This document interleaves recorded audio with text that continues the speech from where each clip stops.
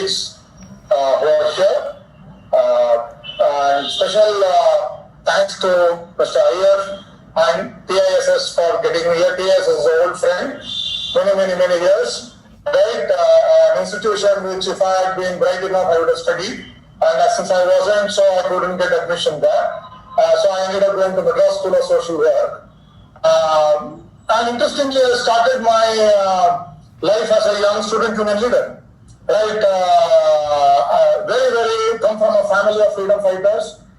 Very strongly, died in the will, social justice, equality kind of a thing, but not to the point of really going and saying that social justice and equality belongs to only one set of people or whatever it is, right? So as I have evolved, my thoughts have evolved, and I think I'm no more that firebrand which I was, but still there is fire in me when I see inequality and injustice. So I'm putting it on the table so that you can put into context why I say what I say.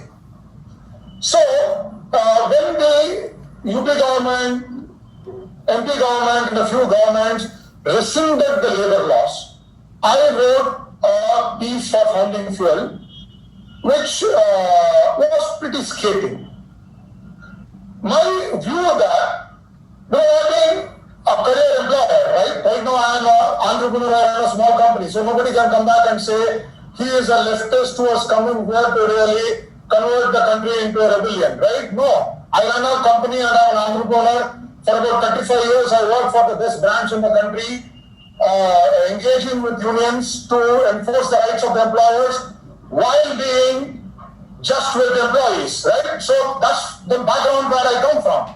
So any time when we go back and blindly rescind laws, I think it is it states something about the state of mind we are. I mean, whether the intention was good or not is not the issue. But what it leads to distrust among people who are affected by it, and they believe that the state, instead of being an arbiter and being somebody who is holding the balance for everybody, is at this point of a time choosing to lean or sway to one side. The question is not whether they did it or not. In life, it is not about what your intentions are. It is what other people make out of their intentions. Are you now seen as pro somebody and biased against somebody?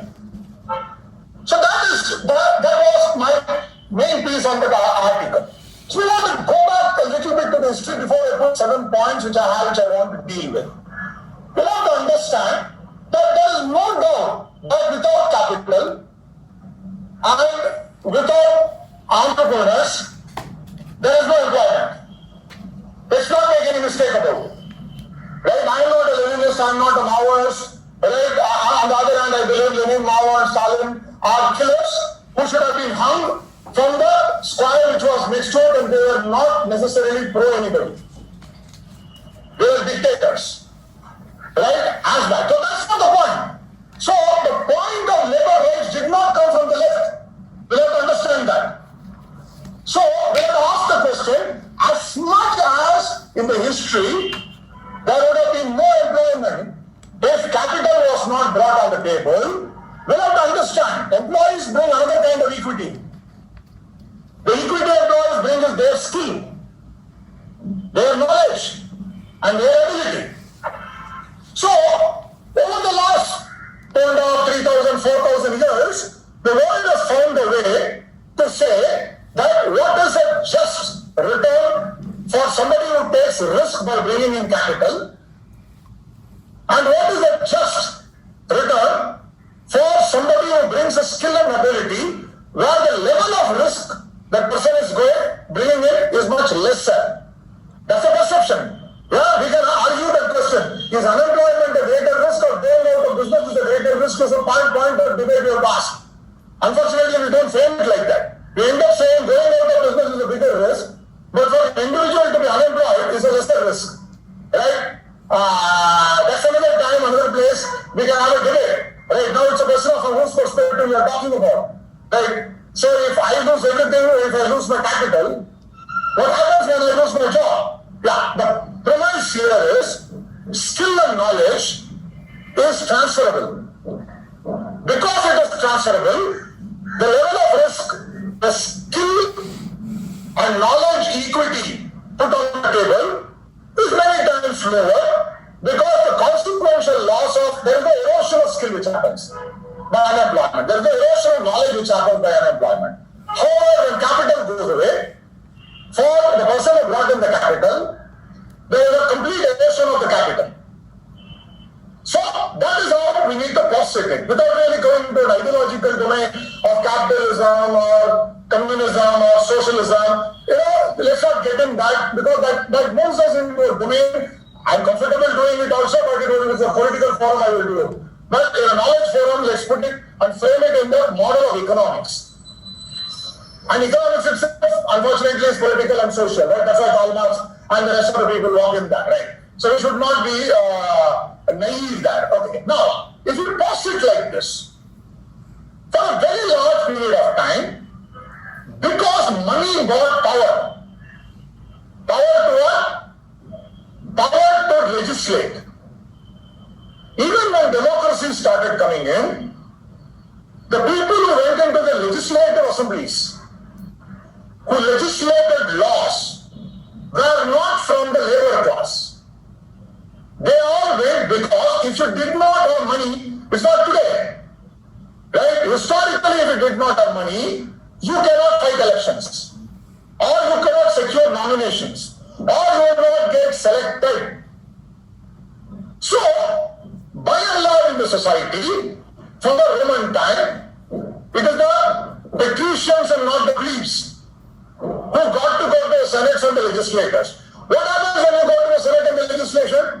You legislate laws which protect your interest or which further your interests.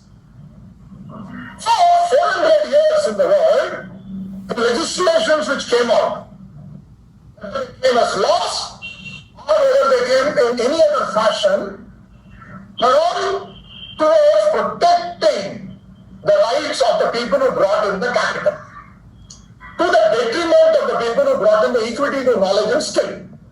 Make no mistake about it. This is a fact. This is not an opinion I'm offering. So, the layman at some point in time had to come back and ask the question by saying, how do we bring power to, in a way, equalize this inequity and unfairness and injustice which has come into the system over so many years? Though there are laws, they are not laws for us. It's one-sided. Rights are being protected for one, and for others there is no right and there is no protection of any right and there is no recourse also, even if I am being aggressed upon. Ask this question. Yeah? So now if you frame it like this, starting around about 1870, 1890, not necessarily because of the Marxist influence and all. It started happening in US, it started happening in France, it started happening in England, right? There people realized that my power is not money, my power is the vote. When people say, let us take politics out of unions, it's not going to happen. Because the unions were founded on the basis of the power to have a seat in the legislature, which money bought for the top people, other people. So I bring it. The union says, meaning the labor says, I will create a collective. And through this collective, I trade money for votes as a power. When labor brought that in, that's when the first legislation started moving in. So even if the labor did not go into the legislative assembly, if I have to really get to vote, I had a contract with you to say, when you go to the legislative assembly, you now lobby and work towards laws which further my interest and protect my interest. Of course it is competitive. Let's not come back and be naive and say, no, let us be balanced, let us do this for both. These are all cuckoo land stories we bring where adults, right? So when I have power, I want to enforce my power to get more rights to me. Nobody ever gives away rights to other people so easily. So it's a negotiated output finally. So the legislature became the place where collective bargaining and negotiation was happening. Between those who came with money to protect the interest of the capital, which is important. Otherwise, the economy doesn't go forward. Value doesn't get created in the economy. Innovation doesn't happen. Societies don't move forward. Surpluses don't get created. The surpluses don't get created, inequalities don't get addressed. On the other hand, there are people who come back and say, now all is all fine, but what about us? So put this in this context and look at what happened initially during the early part of the 20th century. The early part of the 20th century to up to I would say the 1990s in India, there was this feeling that the labor legislation had moved too far away from protecting the rights of the people who bring in capital. Good intention. The right to hell is paid with good intention. So people say, while the inequity of 450 years was thought to be corrected through laws, correctly, and when those laws are being corrected, there was this feeling, increasingly, this was swinging to the other side, wherein the power to elect now created such a monstrous power with the labor that the voice of the capital in the legislative assembly was thought that it has got eroded. Now, another time I will offer my opinion, right? Right now I am outlining it so that we frame this not in a very narrow manner, a very big socio-political manner. And rather than saying he is right, he is wrong, we have to ask the question, why is this happening? And especially during the era of Indira Gandhi, nationalization, blind adoption of the Soviet model, the worship of anything which is state-run, and then increasingly, you needed, money was not enough.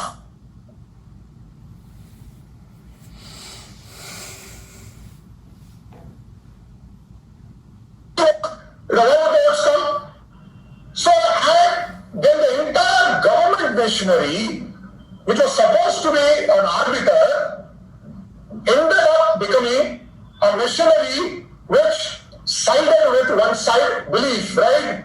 Justice Krishna Ayer's time, you can go back, Justice Bhagavati's time, we were all not even born those times.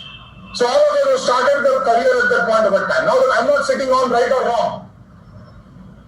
Now it is on that basis. Now what really happened? A person who brought the capital turned around, and we're not talking about roads here. I'll address it later on. But basically said, I bought in my capital. Now I have here a trade union leader whose only ambition is to go become a political guy. His heart is not ticking for the industry or the employees' welfare. This fellow right now is using the employees and using the issues which comes out of this employer-employee relationship to keep the pot boiling so that he is relevant and he gets over and he moves on in his life.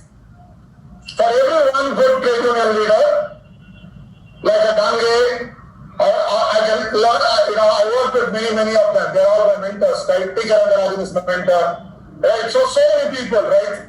I belong to the early stage to the left side, right? But they ended up coming in roads. So the criminalization of the trade union movement was no less than the road employers. On one side, there were road employers. And on the other side, I cut my teeth in Kolkata, right? In Kidalpur. To walk through if you're an employer without being hacked in the 80s and 90s, right? Can be a difficult, would be a difficult problem. killed in Hindustan Water, my batchmate.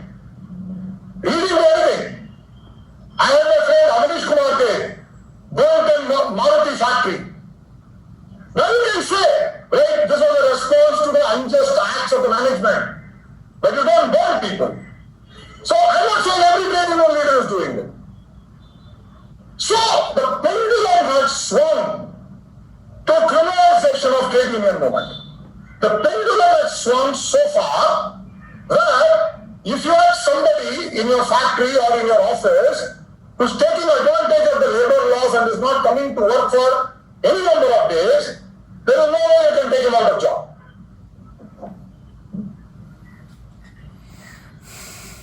Right? Equally on the other side, contractors held contract labor to worse than pitiable condition.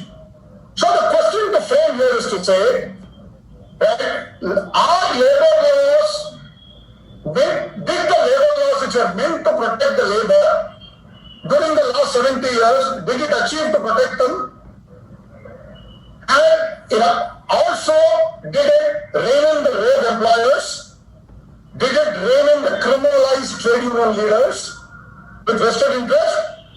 My experience of working 35 years, and I was always considered to be the representative of the employee as a trade union leader in the management. So can I go and ask any trade union leader I work with, including Mamata Banerjee? They always say Ram Kumar is my representative in the board. But still I say this. Right? So when that happened, I think there is a backlash.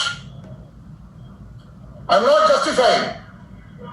So now what we see today is an arbitrary whimsical backlash of going and tinkering with labor laws mindlessly by again taking a side rather than the government playing an arbiter. So you cannot say, because I am mafia and trade union, I would now go to the other side and give the guns to the employers to kill the mafia. That's the state's job. That's not the job of the employer. Now the government has transferred the weapons and the ammunition into the hands of the employers, and they are now telling, you guys sort it out bilaterally. We're going back to 1890s and 1870s, where trade unions had their own, armed groups, and where employers have their own armed groups. Mindless way of doing it. So let me now, having set this out, 7 propositions. So I don't want to continue to speak. One proposition is, we have to put this to the test of 7 tests I have. And then we can answer whether the current labor code passes this test to what extent. Do employers have the right for reasonable and equitable freedom to do business and enforcement of contracts? I believe they have. Now I ask the question, does the existing labor code sufficiently argue what are these reasonable and equitable freedom an employer who brings in the capital should have? I have not seen it.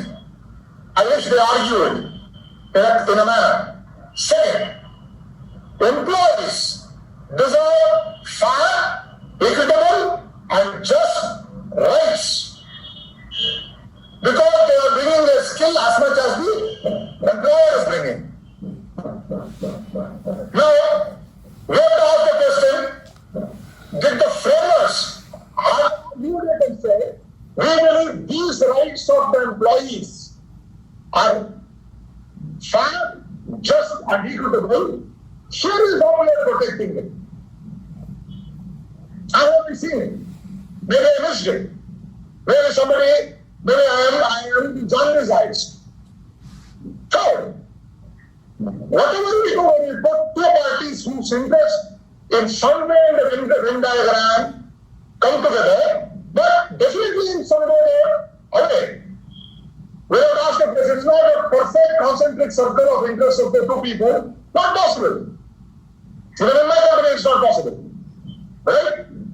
Now, then conflicts and disputes arise.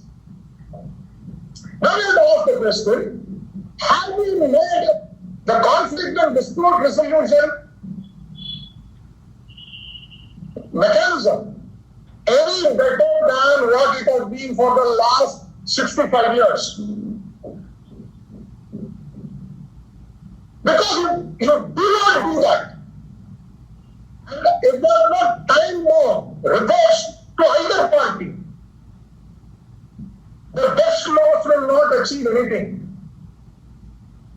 Once again it will be patronage, and once again it will be the power to disrupt. One side it is patronage, the other side is power to disrupt, which should come into play to resolve the conflict. You can't say, hey, you should not use this. Of course I will use it. One has a patronage, you lose patronage. The other doesn't have a patronage. What do you expect that person to do? The person will have to come back and say, I would have to use coercion. Now I ask the question, in what way has the current labor code helped us for not resorting to patronage or displaying patronage and disincentivizing coercion? No, I have not seen it in the current one. And if we don't do it, right, this will happen. No patronage to somebody will automatically trigger coercion on the other side. Then you can, once again in a right manner say, oh, Bharat Mata ki jai. Of course Bharat Mata ki jai. Yeah, but we have to be careful.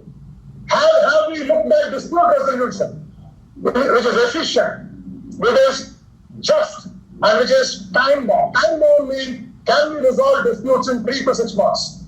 We cannot wait for a lifetime for a dispute to be resolved by then somebody's unemployment, has no recourse to turn into an employment, or somebody's right to shut a factory. It's very relevant. 30 years have passed. So, what has the current legislation done to identify what would categorize some employers to be rogue employers? And how would you rein in them? Especially in the unorganized sector, 90% of the employers are rogue employers. And for, you may have a different view, but I've seen it. The exploitation of women, the exploitation of children, the exploitation of what we call as lower caste. Unthinkable in unorganized sector. Yeah, the new word is gig economy. Yeah, brilliant. But that's in the service sector. Not in construction, not in garment, not in leather, not in metalworks. I don't know how many of the people who talk about all this have ever been to those places to see how they look like. Or engaged and spoken to an employee there. Of course, we should protect employers there. Provided they are not great employers. Provided like the mafia trade union leader, we do not have a mafia employer. Fifth, I haven't seen anything in the current legislation which would rein in political parties sponsored criminal trade union leaders. License to be a criminal trade union leader is given by all political parties in order to coerce the employee to give the vote to the preferred party. No party is above it. I've seen them at close quarters. I'm not saying all trade union leaders are political. Right? And criminal. But there are a sufficient number of people who are there. I don't want to name them, but I will have to say, you will know Hindustan Lever's Savory factory was laid to waste by 2 people.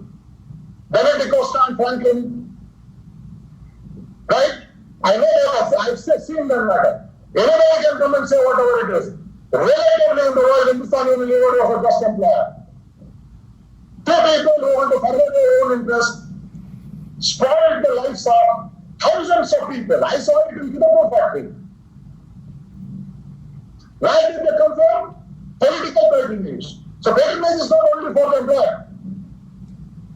And they cannot be arrested. The police will not take action against them. The one of my boys was surrounded and petrol poured all around in Rajasthan. Right?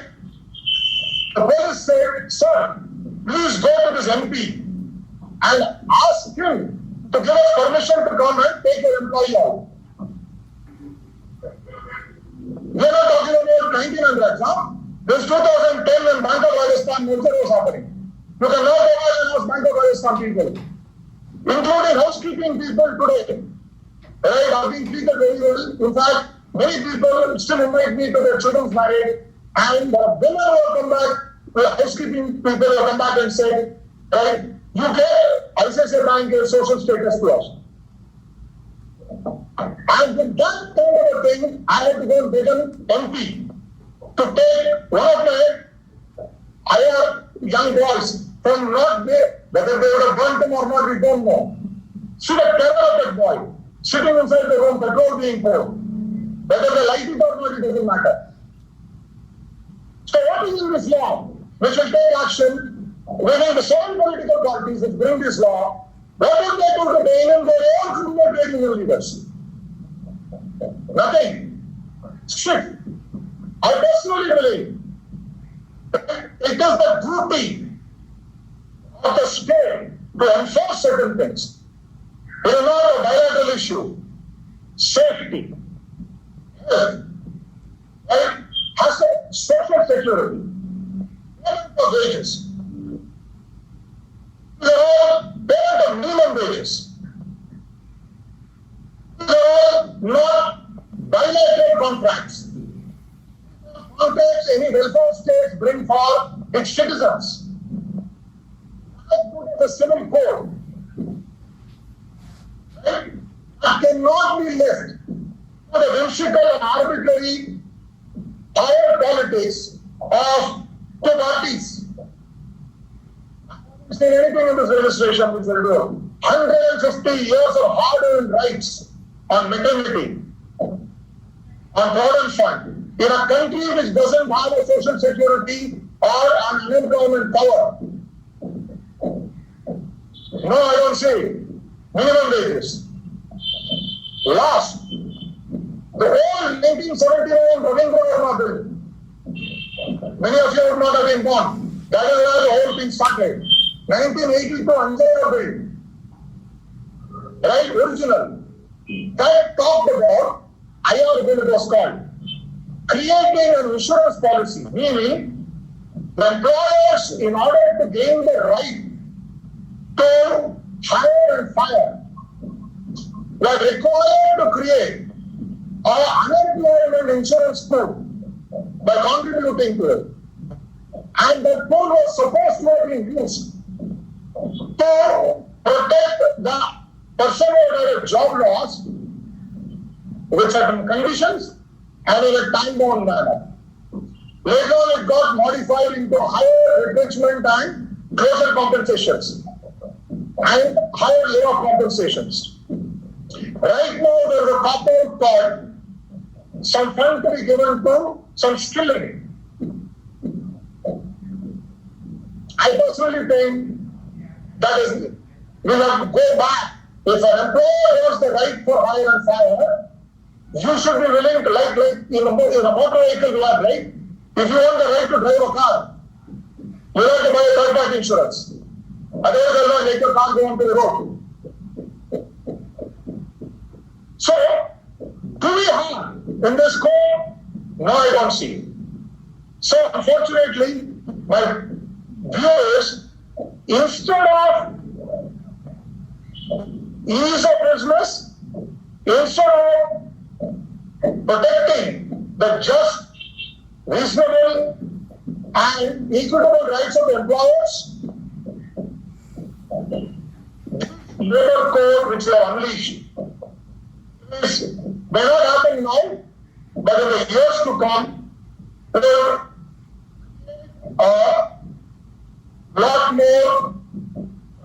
strict and unsettled business environment. So neither the employers' needs of a freedom to do business, nor the employees' rights have been suitably addressed by these bills. Hasty, ill thought out, and way of bringing in something, and I may be wrong. I am willing to be corrected. Thank you very much. Thank you, sir. Now we'll invite questions from audience. So, sir, we have our first question. It is from V. Rajaram. So he asks that private establishments will have the state government as their appropriate government. Other state government acts like Tamil Nadu Payment of Subsistence Allowance Act will henceforth be applicable or not? I do not want to see. I am 5 years out of an industry. I am not a labor. If I asked this question in 2014-15, I would have had every ballot at the back of my hand. So the minutiae of which law applies where, which law does not apply where. Maybe there are better people in the panel to really respond to it. But my personal view at this point of the time is state governments, because this is a concurrent jurisdiction, this will also create a schism with certain state governments wanting to really enact their own rules in a manner they would choose to, from an ideological background rather than whether it is right or wrong for an employer or an employee, and more confusion will come. I like the idea of 3 big acts, but I don't see that being like that. This will be a political ideological split in the middle, and the power to the state government's powers, this will become a political battle. Neither the employer will get anything out of it, nor the employee will get anything. Unfortunate. Because there is no consensus on this. Okay, sir. So we have our second question. It is said that the new labor code is weakening the trade unions. How does it affect the political patronage given to these employees? Will it bring any change in the traditional union politics dynamics? What is it doing to the trade unions? Sir, it is, sir, I'll repeat the question. It is said that the new labor code is weakening the trade unions. It is weakening the trade unions. Understood. Yes, sir. My personal view, by their own sleight of hand, the trade unions are sufficiently weakened themselves in the last 30 years. Right? Many trade unions. So there are only a handful of. See, you asked the question, what is the trade union in the service sector today? None. You ask yourself a question, where is the trade union in certain sectors which are like reality, right? We can go on and down, e-commerce, none. So the high value generating part of the economy, there are no trade unions, hence there is exploitation of employees. I am guilty of it myself. Right? Today we pay a salary and expect employees to work 12 hours. Whereas the contracted salary for us was for 8 hours. I made those mistakes. While I tried to fight it, I was not clear. So service sector, today, there are no working hours. All this legislation of working hours are gone over. So people work at 12 o'clock in the night at home. Right? So now why did it happen? So a certain class of employees today feel to be associated with the trade union is dangerous because the trade union will hold them as hostages and do nothing to them. And historically employees are asking, in 60 years of having a trade union movement, other than you guys making what is progressing in life from BB-giri to everybody who can go on and on, what the hell have you done for us? Tell us one good thing you have done for us. You fought amongst yourself, you have taken bribes and sold us out. For every 100 trade union leader, 4 stood up and things which are right by the employee. So the trade unions, no, not the act, not the government, not the legislator. 90% of the trade unions unionists have disgraced themselves and made themselves as persona non grata for ambitious aspirational employees. Only desperate people who don't have any other recourse are going there and are being held as hostage, much like the mafia leader. Why would you go to work for Dawood Ibrahim? Same way, today, why would you go to a trade union leader? Because you know that fellow will do nothing to you. 8 out of 10 of them will sell you down the drain by striking a deal with the road employer. Unfortunate truth. Not palatable. I can name 100 trade union leaders like that. I have dealt with it. And in my life, I never paid a single rupee bribe to any trade union leader, including some of the biggest OS political parties in Bombay. Kicked them down, it hurts them and said, get out and do what you can. Will not pay you, I will rather strike a deal with my employee. But most people don't do it. They find it easy to pay this fellow off. And this fellow takes it and sells it down the drain. Thank you, sir. So the next question is from Pulkit Chandra. He says, despite the problems in the new labor code, there hasn't been any visible mobility among the workers. Do you think it is because of the political influence among the unions, or is it because of the precarious employment situation due to the pandemic? Neither. It is the state of the nation today. Yeah? Nobody can agitate against anybody today without being called an anti-national. Nobody can today even raise a voice which is just without you being booked under the most draconian laws. So, even if you stood up for your just rights in this, or even for saying this, I may be in trouble. That's the unfortunate truth today. Otherwise, I can't understand why some of the biggest and the best trade union leaders who are well-intentioned in this country, and there are people, I don't say there aren't getting the attention they should get. It's not that they're not speaking. They're not getting the attention. They're unable to mobilize the views and the opinions of the labor class. That's the unfortunate truth. Weakening of the trade unions contributed to their loss of ability to mobilize their constituents even for a just reason. And many of them are scammed. Thank you, sir. Sir, we have a lot of questions, but due to time constraints, we will not be able to take all of them. We invite the members to mail us their questions. We will give them to sir. And sir, if you could please reply to them, then we'll send it to back to the attendees. I will, in my due course, reply to every single question which will come my way. Right? And I thank you for this opportunity. And I'm eagerly waiting to listen to my other panelists. I'm sure there will be multiplicity of views. I'm sure there will be alternate perspectives. I put my perspectives as best as my experience of nearly 40 years with working with some of the celebrated trade union leaders in this country and some of the biggest mergers and also settlements in my life. And I'm seeing at close quarters 90% of the contract sector being road employers. See, 90% unorganized road employers. So all that I've seen at close quarters. Thank you very much. Sir, thank you so much for giving us a social context where you talked about exploitation of women, children, and marginalized. And sir, you also raised the right questions for contemplation. Did the laws adequately address the reasonable and equitable conditions for employers?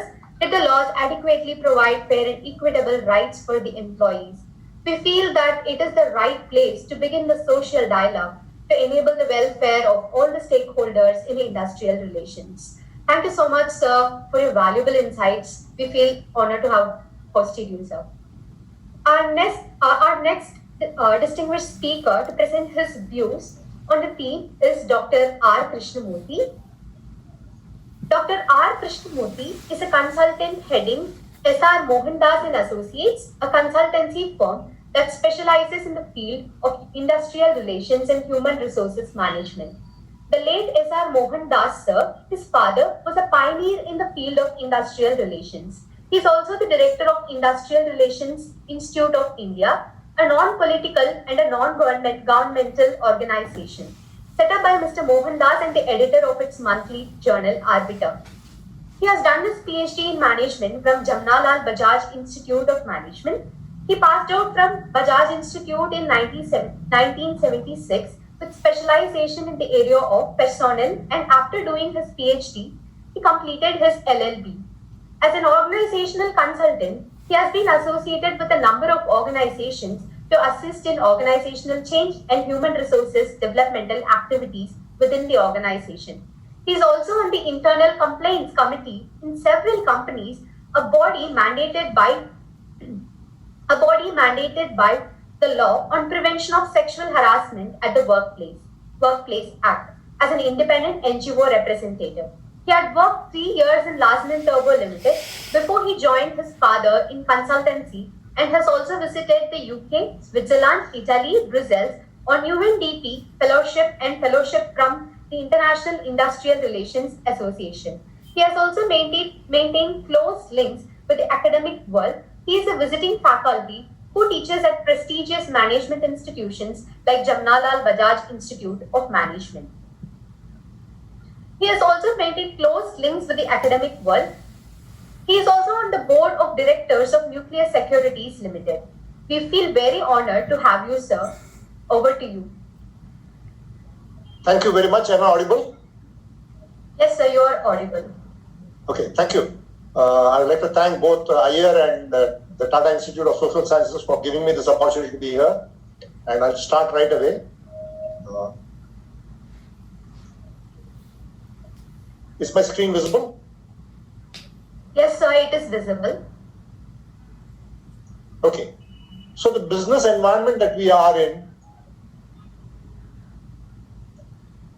is marked by a high degree of unpredictability. And COVID-19 has ravaged business affecting output, demands and inputs.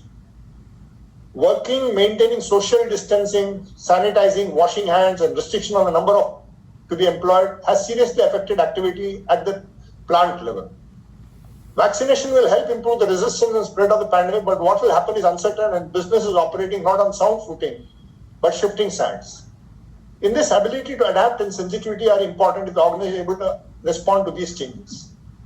Labor codes being implemented from April 2021, budget, farm agitation, Chinese intrusion have pushed demonetization, CAA, Section 370, etc. into the background, and a new crisis seems to envelop the government. Many of the changes are irreversible and some may also be called path-breaking changes. A digital revolution can pole vault India's economy and development. GST is stabilizing after a great dip and budget is expected to give fillip to the economy. Atmanirbhar Bharat will be ushered by the government, and the ease of doing business will also be a major target that the government and states will be working on.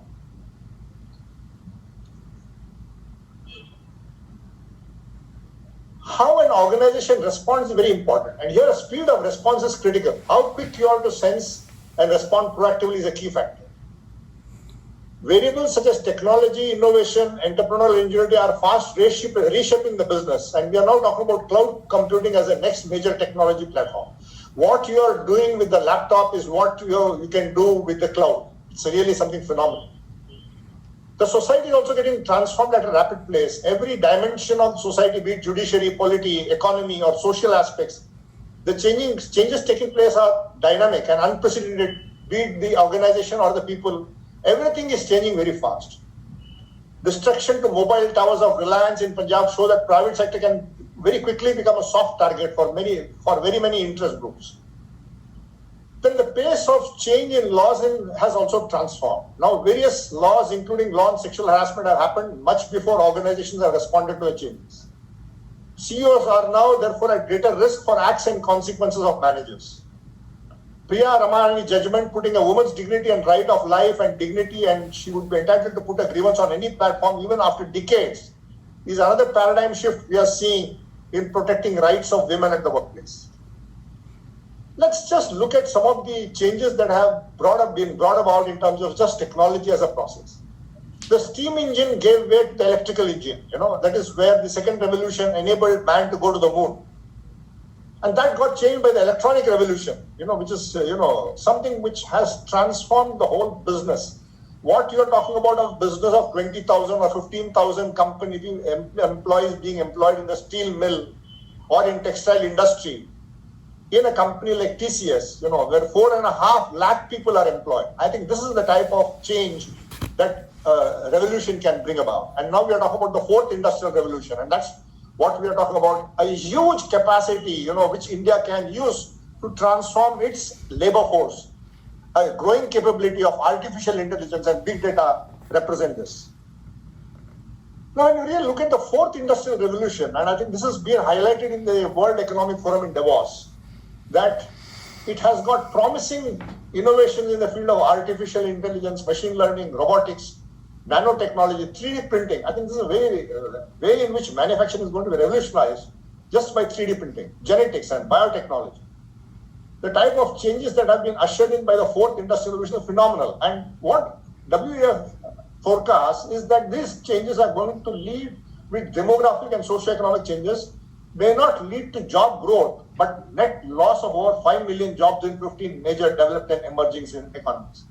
So this is a very big thought that we need to really look at, and the policymakers must have this as a perspective when you're talking about labor and labor change. Just look at this Internet of Things. I am not going into this technology as an area and a variable. It's something which is phenomenal. And then when we look at it and then look at the labor laws, it's an archaic, architecture that needs to be completely replaced. But we have not done that. The courts have integrated the existing laws and brought it into 4 main houses. Earlier, there were some, 44 houses in which an individual had to go through and, resolve issues. But now, they have been made into 4 blocks. Okay, and that is going to affect. But just look at the Internet of Things. I've taken just one example that how machine can talk to machine. It seamlessly connects people to people, people to objects, objects to objects. And the number of connected devices is expected to be more than 30 billion by 2020. And 30% of this is expected to be in healthcare. And opportunity in healthcare is supposed to be, by 2025, a 2.5 trillion business. Anywhere, anytime healthcare. And remote monitoring and support, a wearable collar around the neck will ensure that you can monitor the person from remote place. Data sent to cloud, monitoring and analysis and actions, intelligence to analyze the data for corrective action. So the doctor sitting in a place which is about 300 kilometers away from there can judge what is happening to his patient who is in a far off location. So this is what we are talking about in terms of the technology that is possible.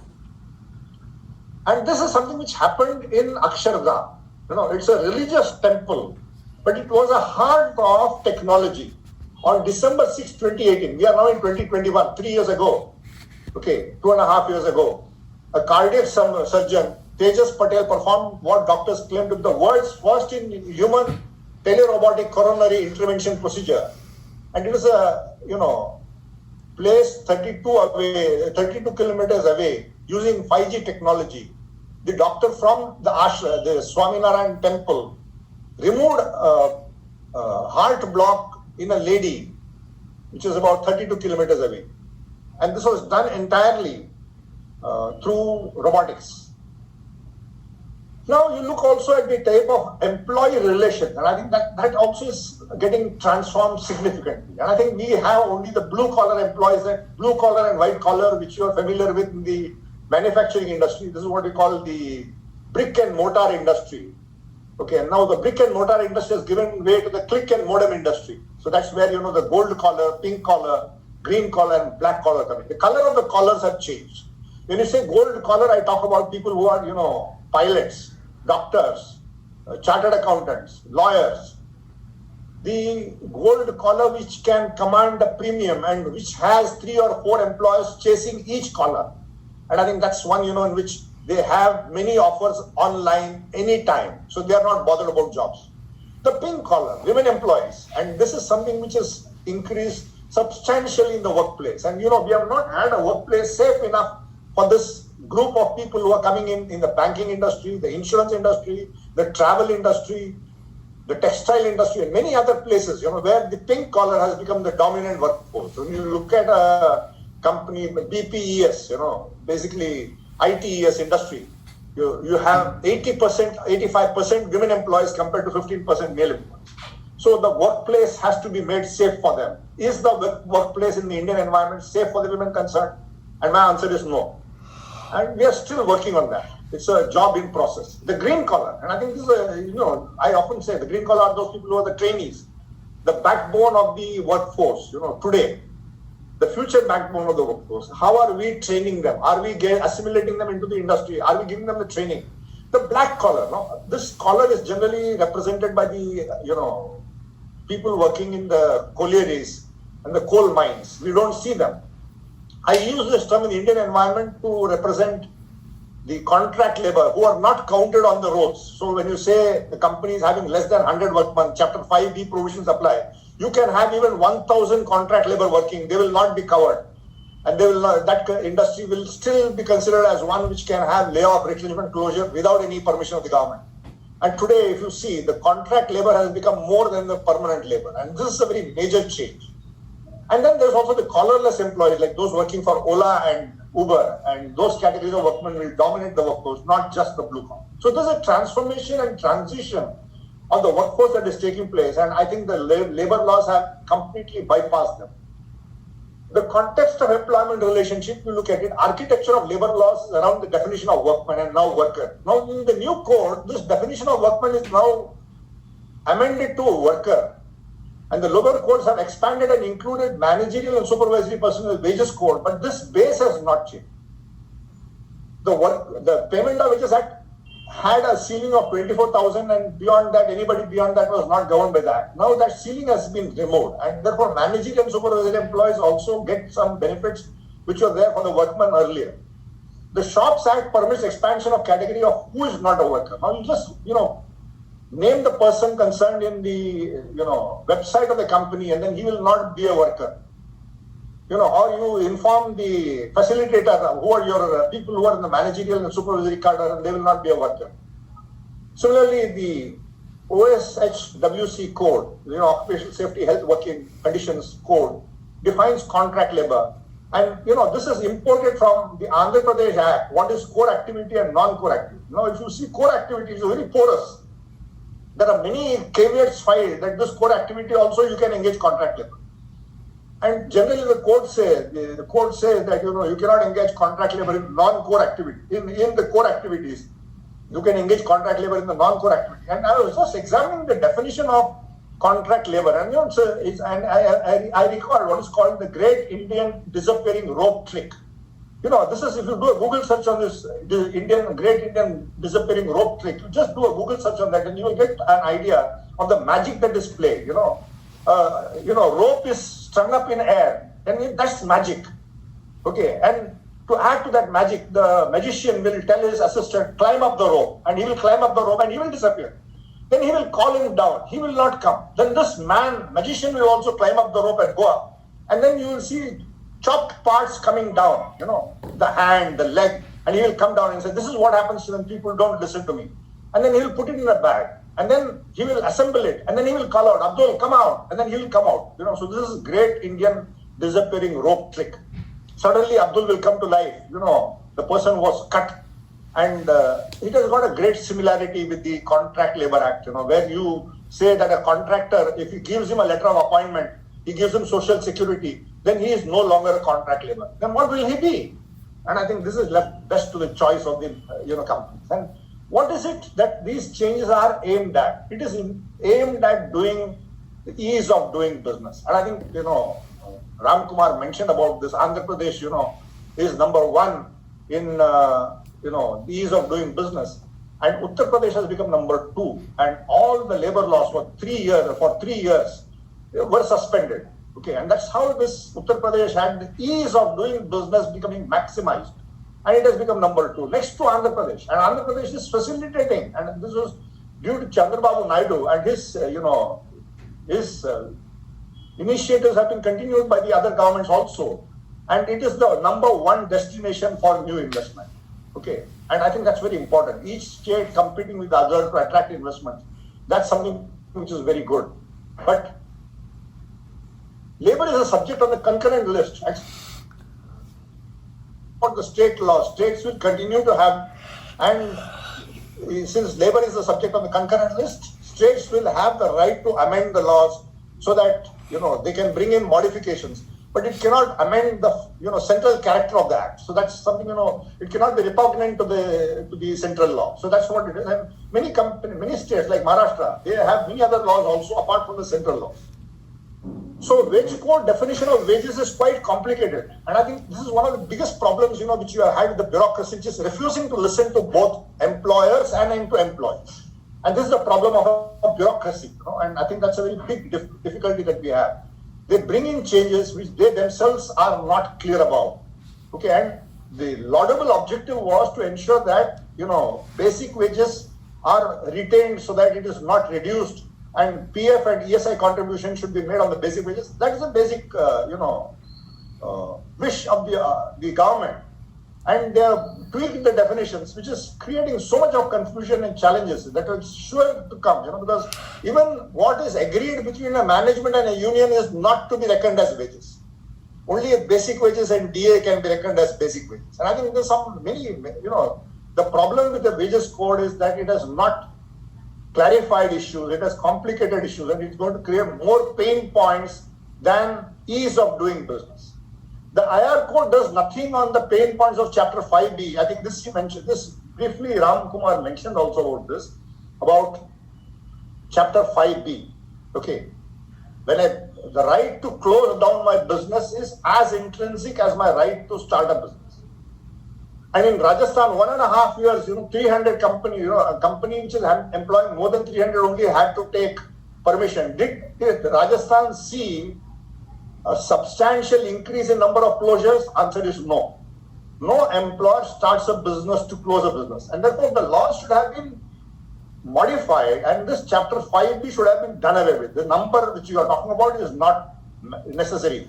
And you look at the paradoxical situation today, General Motors has sold off its whole business, to a Chinese company. And then it has applied for permission for closure, and the permission has been refused. So theoretically, you have a situation where a company which doesn't have a plant is still required to pay the wages of the workers, who are not accepted as VRs, and they are not accepted as closure. So these are some of the dilemmas that are there, which you need to understand, that you cannot go to the babus to get license. This is what you call the license Raj, which was ended in 1991. But again, through the back door it has started. That you still maintain these inspectors and facilitators and others, who will continue to exercise unreasonable power over the industry. Similarly, notice of change. We looked at all the technological changes that are taking place. Am I required to issue a notice of change for each change that I'm bringing into the workforce? It is necessary to protect their employment. As long as their employment is protected, I should be permitted to bring about any transformation I want in my business. That's what the new code would look at, but answer is no. We have a continuation of the old situation. And we have also certain new things being brought in, like GRC. GRC earlier was there for 6 members, now it has been enhanced to 10 members. Negotiating council, a concept which is, very contentious, which was not there, now being brought in, that you need to have a union. If you don't have a union, then you have different unions. Then this is how it will be the new way of resolution of collective bargaining, and methodology would be like this. And I think if you have a union which is having more than 51%, that will be the absolute sole bargaining agent. If there is no union and any union comes in, then you are bound to recognize that. So this is the type of issues, which the IR code brings in. Then also this concept of, a fixed term employee, which is there, which I think my friends will definitely be commenting on that. So I'm leaving that issue out. The social security code is ambitious, and the new thing is the gig workers and platform workers have a promise along with those working in the informal sector of social security. I think it's a very good thing to have it. Okay, what type of social security do you have? Who will pay? And the architecture of payment for it remains to be. And that's the most contentious issue. You know, when you look at the Building Workers Act and the 1% levy that came in, which was very, strongly opposed by employers. Now that 1% levy has collected 45,000 crores all over India. And the Supreme Court has, directed, and sought to know how this money is being used. Because out of this 45,000 crores, only 11,000 crores had been spent for workers in so many years. And this is something which is, appalling. And I think that's one of the things that we need to really look at. That it's not intention alone, but how these intentions are crafted and what benefits really flow from such acts. And I think that's very important. And this workers, unions, and also employers are concerned about it. And government must be transparent about this. And I think, unfortunately, government is opaque. Government doesn't want to share information on all these things. Unions ask the government for this, government does not give it. Management asks this information, they don't get it. Then definition of contract labor, core and non-core, and facilitators implications will have to be seen. I think that's a very important issue. IR code to impact works committee will continue to operate. Grievance redressal committee. No, nobody goes to the grievance redressal committee for resolving grievances. And I have studied, the labor department. I've asked, tell me how many grievance resolution committees have worked in industries when it was, having a membership of 6 members. Now you are expanding it to 10 members. Not one company I found where the GRC is working well. And it's for an important reason also. No union wants its grievance of members to go to a committee. Committees don't solve problems. Committees only delay. They want solutions and they resort to direct action if the matter is not resolved. If employee has a grievance and you are not attending to the grievance, I will stop my work and I will see to it that work gets stopped. And and matter gets immediately addressed. So unions have been very effective in resolving grievances and there is no need for a committee. But government again is it has neither asked the union, it has neither asked the employer, is this what you want? It has just prescribed a solution which neither of the parties want and it will not work. Then conciliation can be subverted and matter goes to tribunal if not resolved in 60 days. Now you have put a situation also where you have put a conciliation process doomed to failure. Because everybody knows that if no result comes in 60 days, then it will get referred for adjudication. Okay. For companies getting, then you also have a situation where negotiating council is there for smaller unions to continue to be relevant if there are no union having more than 51% membership of the workers. And for companies getting consent of the majority in the negotiation council will essentially make the settlement binding. Processes can become complicated in case of rivalry and the unions will have a nuisance value even though they may not have much of a following. So this is a very major problem. So now let me just focus on the new paradigm that is there in terms of the working place. Engagement of contract labor rather than permanent employees is going to continue in a very big way in companies having less than 100 workmen. They will engage contract labor because the situation is such that unless you have the ease of business, in terms of low cost, high efficiency and high performance, the present code facilitates and furthers the interests of the principal employer rather than that of the workman or the contract worker. Fixed term contracts, you will see fixed term contracts coming in a very big way in companies which employ more than 300 workmen. They won't add to their permanent workforce. They will only leverage the fixed term employee so that their liabilities will not increase. Section 25FF provision, change of ownership and change of management can lead to retrenchment. Now, I would just mention briefly, Ram Kumar mentioned about, Hindustan Lever. I think one of the best VRS schemes offered till the time of retirement, Hindustan Lever offered VRS, but yet the workers didn't accept it. And they wanted employment. They said, no, we will not accept it. Finally, this company created a company called Bond, sold that company and retrenched all the employees. And of course, the court insisted that they should be paid the VRS component and it was paid. But there is a provision of exit. If you are not in a business not capable of doing the business, you can sell the business and move on. And this does not require permission of the government or of the labor. And I think this can be done easily. Okay. But I think today, this is one of the biggest problems in the Indian environment, that, we have not had an opaque and a transparent regime where people can close their business anytime when it becomes uneconomic, unviable. Unions need to understand that. The compensation could have been improved, but you cannot have a veto if a businessman decides that he doesn't want to do the business. He should be permitted to close the business. I think that's, the law has not been amended here. 15 days compensation that is provided for that is really meager for a person who has worked in the company for long. It could have been tweaked to either 45 days wages or 60 days wages. That would have provided a fair amount of justice to the employees concerned. But today I think this is something which is not ever being discussed or debated at all. It has come in just like that. It has been rammed down the throat of both employers and unions. It's not a transparent change that has been brought in. Temporary employment is there, less than 240 days you employ, that is temporary employment. On minimum wages, that is permissible. Part-time employment, this is something which is seeing a very big change. Many people working in many companies on part-time basis.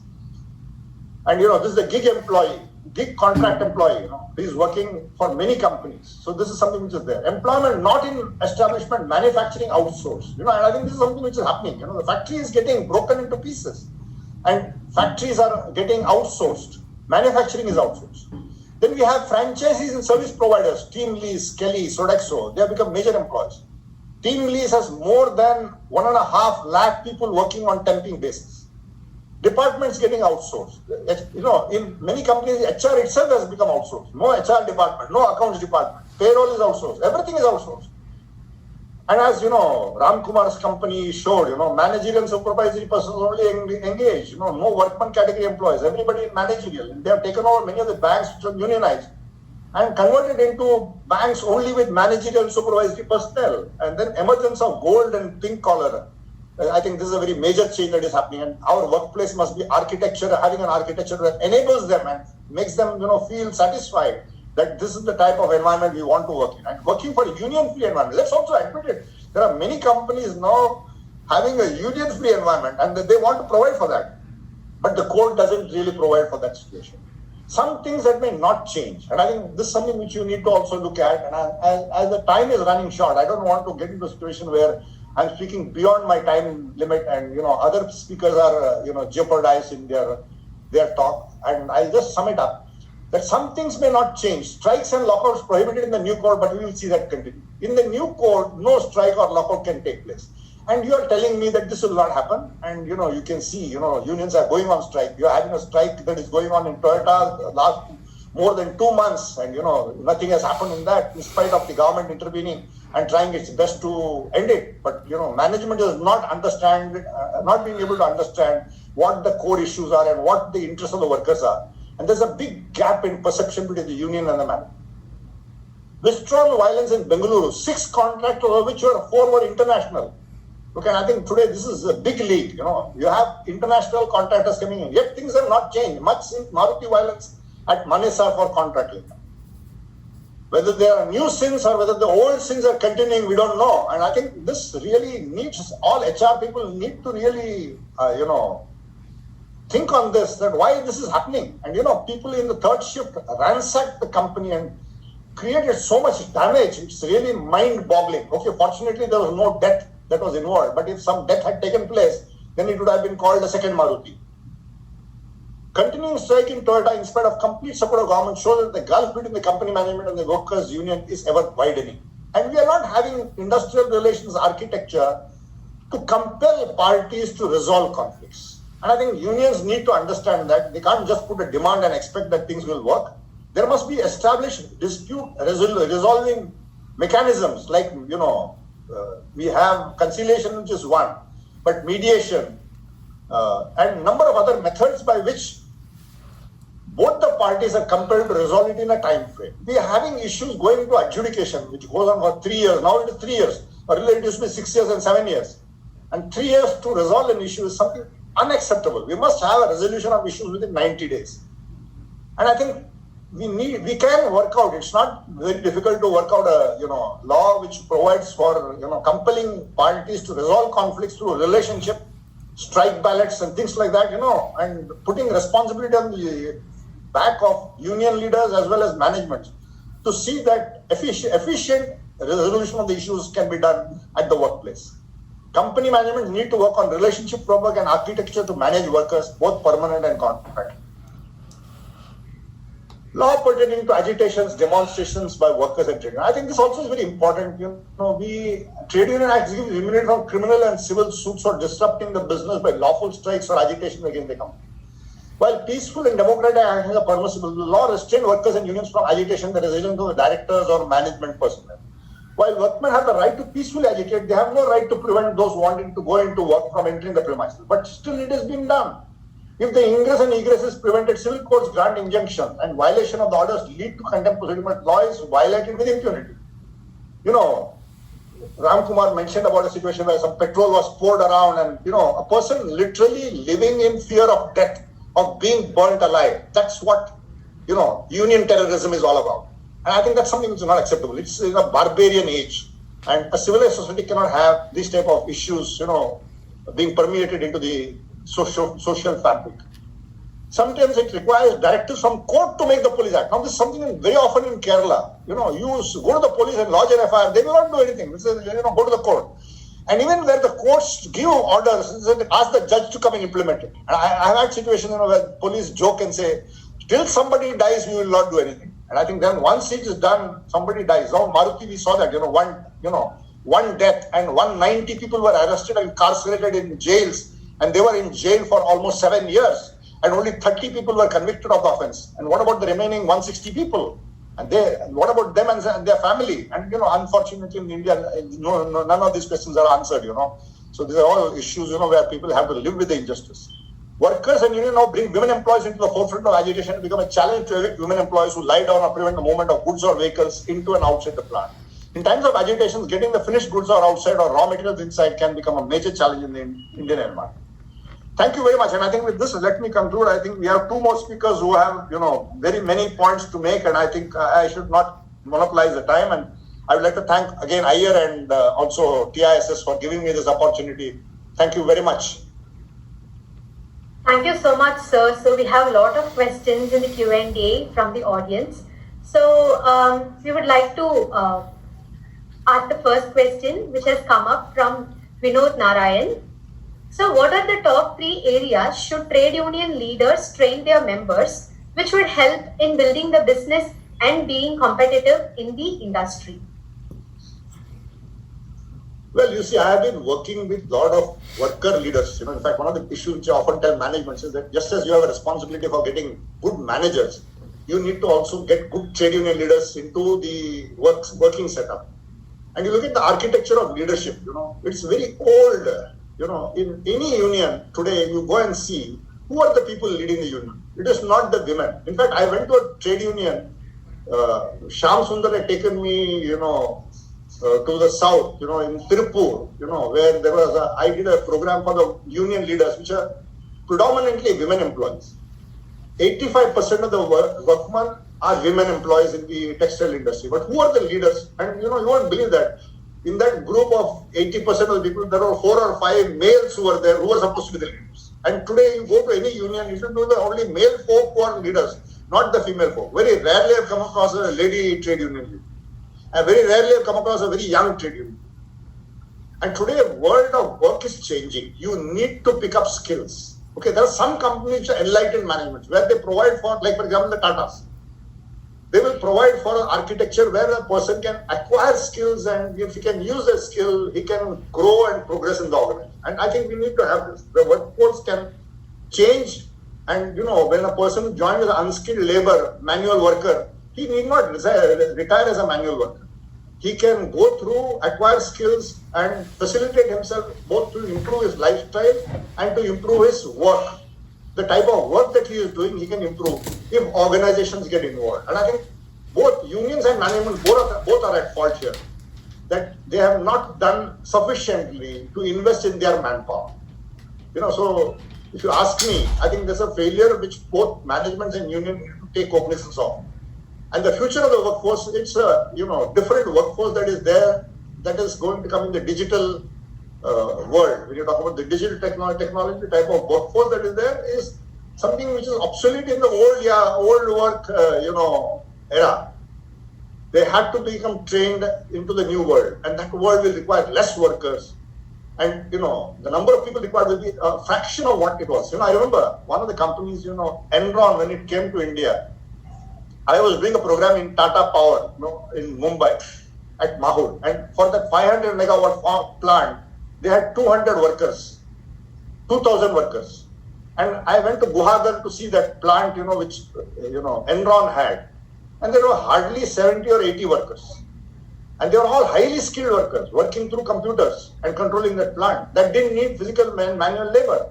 That's the technology. And when you say fourth industrial revolution, this is the type of change that is coming in. And I think we have to be prepared for that change. And we are not. And the Labour Code does not in any way prescribe how these changes will get transformed, how it will get implemented.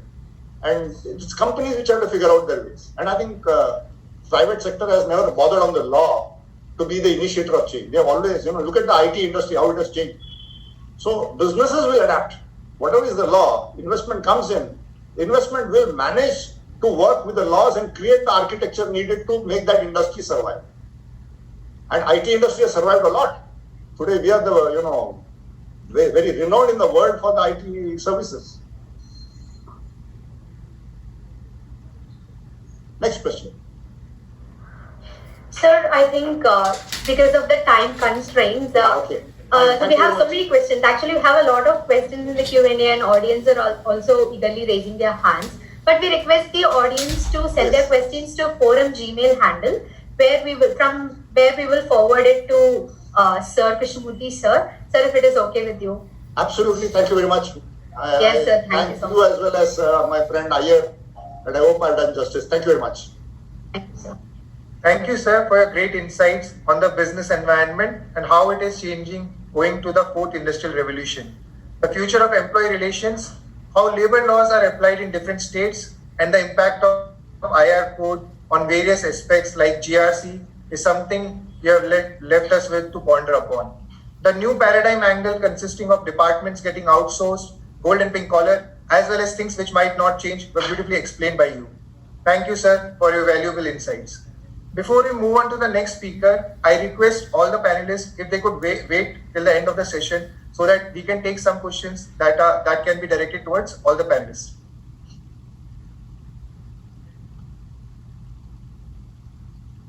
Our next distinguished speaker for the theme is Mr. Sanjay Singhvi. Courts have been an integral entity in upholding the labor laws of the state through Indian industrial jurisprudence and legislation. It is an honor to host Mr. Sanjay Singhvi, who is a senior advocate practicing in the Bombay High Court and the Supreme Court. He has been a practicing lawyer for around 40 years and has been involved with trade unions for the same length of time. He is also the General Secretary of the Trade Union Center of India. He has to his credit of having appeared for a number of labor law cases related, and he has contributed to many books and magazines that pertain to contract workers. We feel honored to host you, sir. Thank you, sir. Over to you, sir. Thank you. I'm one of those old trade union leaders. And besides that, I mean, many of the cases that were mentioned are cases in which I have appeared.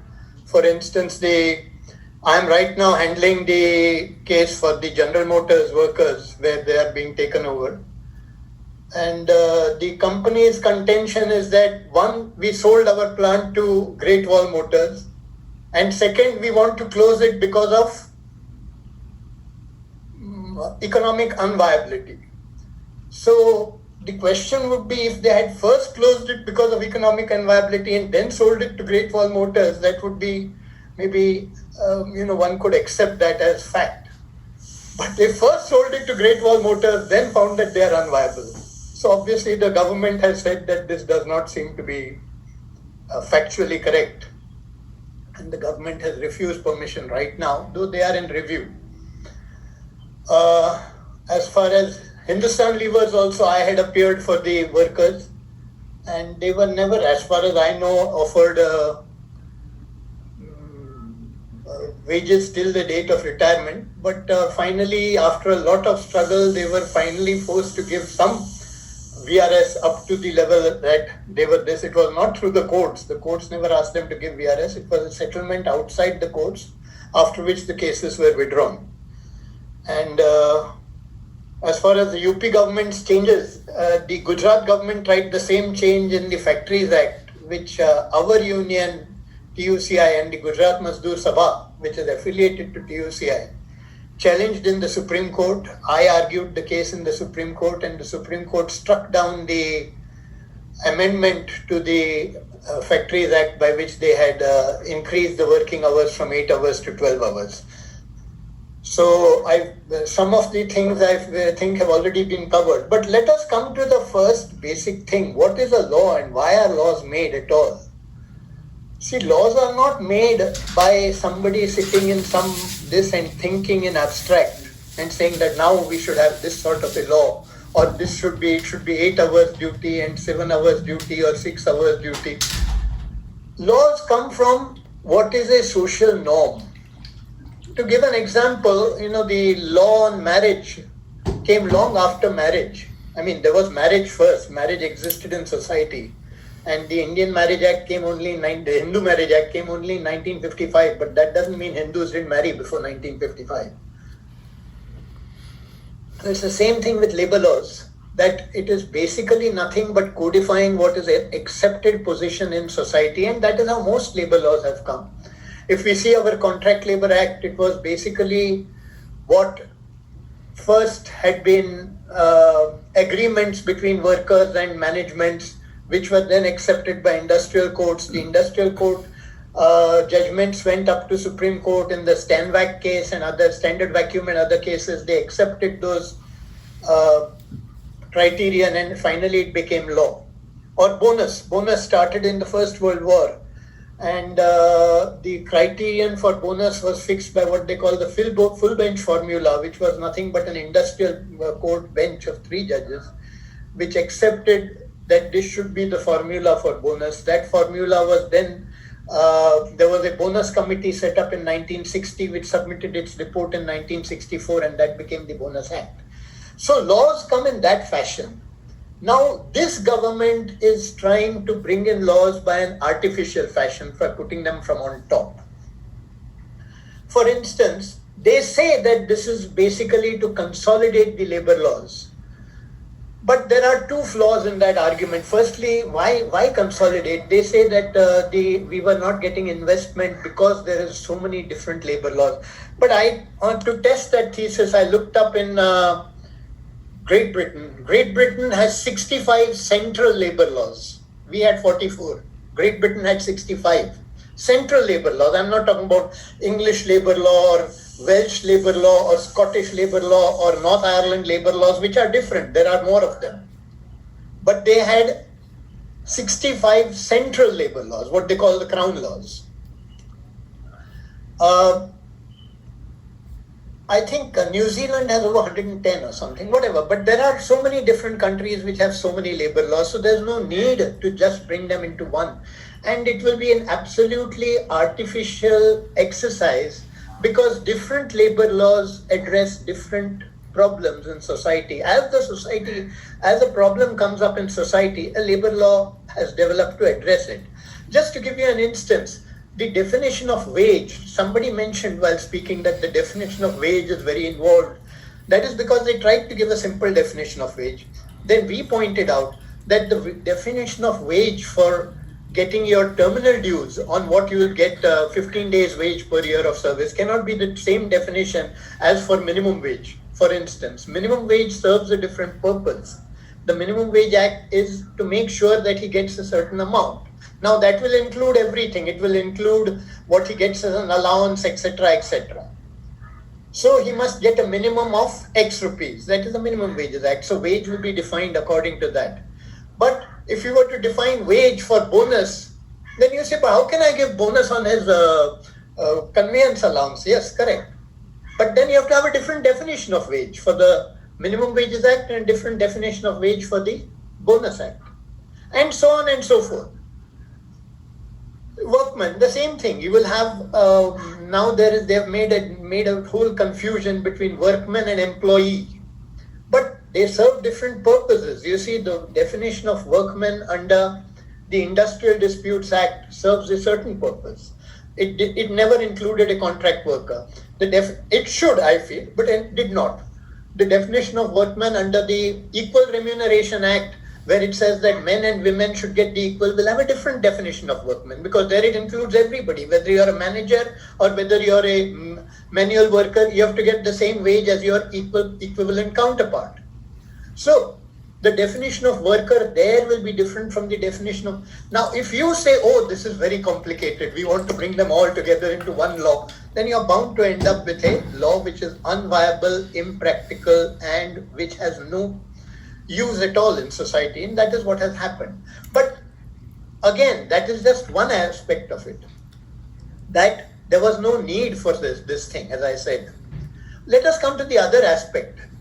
There was a need from the point of view of the employers. There was a need because employers have been for years asking for hire and fire in this country. They want that there should be a law which will allow them to hire and fire at their will as they will. Or for closing, for instance, now even the law on closure has to go, the only thing that the government can see today is the genuineness and adequacy of the reasons given for the closure. And public interest, etc. has to be seen, because, for instance, if there's a vaccine factory and the person who is creating the vaccines for COVID says, I want to close, that can't be allowed, for instance. So there is a question of public interest in that as well. But nevertheless, after seeing all this, as somebody pointed out that Rajasthan had brought in this law 4.5 years ago, and have there been too many closures because they have increased the limit from 100 to 300? But that begs the question, let us put it the other way around. You made these changes in the law ostensibly to attract FDI, right? So let us look, has Rajasthan attracted more FDI over the past 4.5 years after it has made this change in labor law or not? And it is clearly not. In fact, Rajasthan's ranking in ease of doing business or in attraction of FDI has gone down over the past 4.5 years after it has made these changes. So what are these labor laws? Now I know we don't have much time to go into everything here today, but there are 4 or 5. I will just want to point out 2 basic points. Like I said, first point, 3 basic points. First, I've finished with that these labor laws were not really necessary and that they have not achieved anything. That is one point. The second point is that these labor laws that they are trying to change, as I said, have 5 particular points that the employers have been trying to get in, that is all come within hire and fire. What are these 5 points that I would isolate? First is that they have brought in fixed term contract. Most importantly, what is a fixed term contract? You see, Indian law always considered 5 types of tenure in service. That is, you're either a permanent worker, which is a normal state, a permanent worker. But you could be temporary. That is, if you are temporarily, you're employed for a temporary nature of work, or if you are temporary, if there's a temporary increase in permanent nature of work, and you're employed for that. So that is a temporary job. Third is casual. Casual is just casual. You don't know, something has happened, something has fallen, there's some dust there today, there's some dirt, you want somebody to pick it up. That is a casual nature of work. Fourth is Badli. Badli was from the mill system in Bombay, that where there were thousands of workers. You usually had, say, if you had at those days mills with 20,000 and 25,000, so you would have absenteeism of average of 3, 4, 500 every day. So every day you would have 400 or 500 people at the gate, and they would come in, and there would be the Mukaddam going to the gate and say, you come. So they said, this can't be, there has to be a system in this. So they have to form a waiting list. A waiting list has to be formed according to seniority, and that is a Badli system. That was the 4th tenure, and the 5th was probationer. These have been 5 recognized tenures of service in India since years. Maharashtra and few other states had gone further and brought in laws saying that you keep people as temporaries and Badlis in name only. So we are going to enforce something. They said once a temporary Badli or casual worker completes 240 days of continuous service, you have to make him permanent. These were the laws. Now they come with fixed term contract. Fixed term contract, what does it mean? Fixed term contract means that if you keep a person at the beginning, if you mention the term of the contract, say 3 years, then you need never make him permanent. So you keep him for 3 years, Then you renew the contract for another 3 years, and you renew for 3 years. In 10 such renewals, he has completed 30 years of his working life. That is more or less his whole working life. That is one of the major changes that they have brought in under the name of consolidation. So they say on the one hand that these laws are only to consolidate, but this is a new thing that they have brought in, a new tenure of service. Second thing that has been brought in, that they have brought in what you call a settlement can now be done with each individual worker. Earlier, a settlement could only be done with a significant or a substantial number of workers. A dispute was an industrial dispute only if it is espoused by a substantial number of workers. Leave aside retrenchment, termination, etc. of individual workers. But if there was a wage dispute, if there was a dispute concerning times of work, holidays, it had to be espoused by a substantial number of workers. Now they say there can be individual settlements, even with a single worker. So I can sign a settlement with worker A saying that he will be paid some amount, worker B, you will be paid this amount, and with each of them have a fixed term contract. So I will tell him, you will get this amount and work only for 2 years. You will get this amount and work for 1 year. So this will lead to absolute anarchy and chaos. See, there was a lot of talk right from the first speaker about equity and about an equitable system. The fact is, in labor law, you can never have an equitable system. On one hand, you have these large corporates, Hindustan Levers, General Motors, Godrej, Tatas, and on the other hand, you have the individual worker. It can never be equitable, but on the face of it, it is inequitable. The only way that it was made somewhat equitable was by bringing in collective bargaining, that is by saying that there cannot be a settlement unless there is a significant number of workers. But that is being taken away by these labor laws also. So there will be no collective bargaining. Now, the third thing, that is the new definition of settlement. Settlement can even be with an individual worker. The third major change is, has already been said, that for closures, lockouts, closures, retrenchment and layoff, for these three things, there was a protection for if you worked in an establishment which has over 100 workers, you had to take permission from the government. That was Chapter 5B that was being talked about. Now, it is 300 workers. As I said, that you can look at this and say that there have not been more closures. You see the example of Rajasthan. But on the other hand, you can look at Rajasthan and say there has not been more FDI either. So there is no way to say that this is going to help. But I'll come to that point in the third point. So this is the third change. The fourth change is that almost all strikes, lockouts have been made illegal. Now for every strike or lockout, you have to give 14 days notice. Once you give 14 days notice, it will be automatically admitted into conciliation. As long as conciliation goes on, you can't go on strike, or for 7 days after that. And once it gets referred to a court within those 7 days, then you can't go on strike till the court decides. But courts have always said, you see, that doesn't matter. As somebody pointed out, strikes still happen because courts, even the Supreme Court said that an illegal strike can also be done by workers. It only becomes an illegal strike, and the only consequence of that is what is written for illegal strikes, that you may not get your wages for the period of the strike. That is a different question. But now they have said that for an illegal strike, you can even have the union's registration cancelled. So that is a more draconian measure against workers. And the last fifth change that has come, major change, there are many minor changes that I would say has been that the contract labor system is being increased.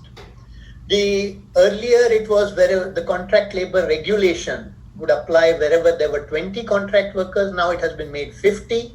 And even that, we know that even where it was 20, what they would do is that if they wanted 50 contract workers, they would make 3 sets of 19 each, or 19, 19 and 12, so that they get 50, and say that, oh, each of them is less than 20. So as it is, there were many ways of evading these laws, and today it is going to be even easier to evade laws for contract workers. So this is the second aspect. First aspect, as I said, that their stated aim is clearly false. Second, the real aim is to create hire and fire, which managements have been trying since at least the 90s. You know, the whole concept, we can say, changed with the second Labour Commission. The first Labour Commission in 1967 under Justice Gajendra Gadkar, for instance, on the contract labour system had said that this is a pernicious system, this is a system of human trafficking, we should try and abolish this system. That is what the first Labour Commission said.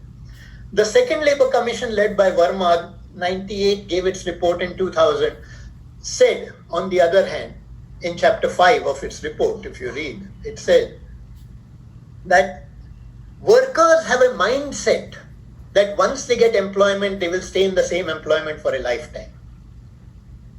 We have to change the workers' mindset. So now you don't want to change a pernicious system of human slavery, but you want to change the worker's mindset that he will not become a slave. So that was the type of change in thinking, in philosophy that came about in the late 90s from the second Labour Commission, I would say, and which has been carried on up to here, by which we now say that now they have actually brought in these labour laws. So this is the second point that I wanted to make. The first point, that stated reason is wrong. The second point, that there has been a clear attempt to change the labor laws in favor of what the employers have been asking since the past 20-25 years at least, if not more. And the third point I want to make is that behind all this, we have to go into the philosophy of this at some stage. Is it really true that changing labor laws will attract more FDI? There was a study in 2004 by Besley and Burgess. Now, Besley and Burgess's study, you should read all these things. Besley and Burgess's studies proved with mathematical precision in a way that having more regulation of labor is not only bad for industry, it is bad for the workers also. It will reduce the workers' wage. That is what they sought to prove. They took different amendments to the ID Act and showed that those states which made amendments pro-employer finally ended up with higher productivity and higher wages. And those states. But then Besley and Burgess's study has been discredited in many ways. There are many other studies. And there is a study, for instance, Bhattacharjee in 2006 had done a study which clearly brought out the inadequacies. There was D'Souza in 2010. More recently, there was Barak and Das. And even last year, in 2018, was Barak and Das. And then last year, there was a study by some from Felt University, one of a very Swedish name, I forget his name. And he has quite well shown that if Burgess and Besley were correct, then if there was no changes in the labor laws, then in 1999, or 1990, I think, the production in Bengal should have been 1,000 times more than it was, which can't be, obviously. So there were many flaws in Besley and Burgess's study. But I want to put forward that in my view, basically, you cannot have good growth in industry without having a proper relationship between workers and management. And these labor laws are trying to skew the whole balance. I don't think, as the first speaker had said, that there was a imbalance in the 60s and that were, because we can see, the proof of any pudding is in the eating. And we can clearly see today that hasn't been that the workers have gone out of hand or gone too much. No, there are some anecdotal examples that happened in those days, but there are equal anecdotal examples of workers being killed in equal ways, in so many ways. I also appeared for the Maruti workers, in fact, and I can assure you that the only reason on which even those 13 have been convicted, the only evidence is that they say that they were on the first floor at some time, so maybe they must have been there when the fire took place. That is the whole evidence. That is all. Anyways, this is right now an appeal. It will go on. That is a different question before the courts. But be that as it may, there have been, I don't think that violence either ways will be the answer, either from the employers or from the workers. That is certainly not an answer. So I think that there has to be a proper dignity of labor, there has to be worked out a proper arrangement, and we will find that the most advanced societies are those which have much higher regulation of labor than we have. As I said, England has 65 central crown labor laws, and besides many other state labor laws. Sweden, for instance, has probably more labor laws than we have in any case at the central level. So in this situation, Sweden has up to the extent, Germany, up to Germany also, that workers' participation in management is to the extent that 50% of the seats in the board of directors is for workers. 50%, not less. So in this situation, I think that the government is misguided, but in a sense it is not, because it sees that the industry here is going to operate as a subservient industry to large multinationals, to big international corporations, and therefore they are trying to make laws which will fit that subservience. So these are the laws that are being created today to fit that subservience. Okay, you come here, we will allow you to hire and fire people, we will allow you to pay less than the minimum. Because new NEEM system, for instance, that has been brought out under the Apprenticeship Act, they call it National Employment Enhancement Mission, but it doesn't enhance employment at all. In fact, it says that the worker, and this also I'm challenging in the Bombay High Court, the case is going on, it is there on the 1st of March. And it says that you can employ a person as a so-called trainee for up to 5 years, and he will not get any of the benefits of any of the labor laws. So he doesn't get minimum wages, he doesn't get provident fund, he doesn't get ESI, he gets nothing. But you can keep him that way for 5 years. And then you remove him and get a new trainee, in inverted commas, training from the same this. So it's a new type of contract labor system without the contractor in between. So you'll just have contract labor, no rights, no wages, and even without the contractor in between. So there are many such changes which to my mind are nothing but bringing a whole subservience of India to international capital. That basically we are trying to turn our country into a country of coolies and try to change the labor laws so that we have the labor laws. Cyber, somebody was talking of cyber. The same type of, somebody said that the unions are not being formed in the cyber industry, but that's not true. There is FIT, that's the Federation of IT Employees in Chennai, there is in Bengal, and now in Pune also they have started.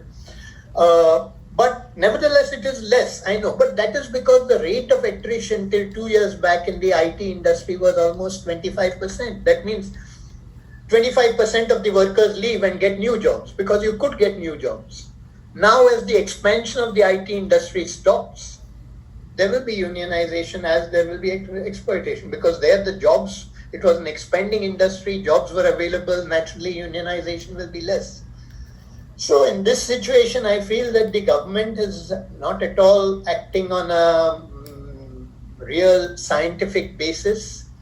It has no studies to back up what it is saying. It is making laws on a knee-jerk reaction, and it is just trying to bring in these laws, enforce them in a way to show how subservient we can be as a industry to the international industry. Thank you. Thank you, sir. We'll now take some questions from the audience. So, sir, the first question is from Jujesh Guru. He asked that what will be the impact of new 4 labor codes in IT industry? Labor codes in IT industry. I'm sorry, I just ended with that. I said that, in the IT industry also, it will have the same impact as anywhere else. But we are arguing very interesting cases right now on the question of whether the IT industry should be considered as a factory. You see, that was very interesting because TCS, that is Tata Consultancy, in a tax case has been considered to be producing goods. When the software that they produce is goods. So if the software they produce is goods, then equally, the process by which they produce it is a manufacturing process. If it's a manufacturing process, then it's a factory. That is what we are arguing.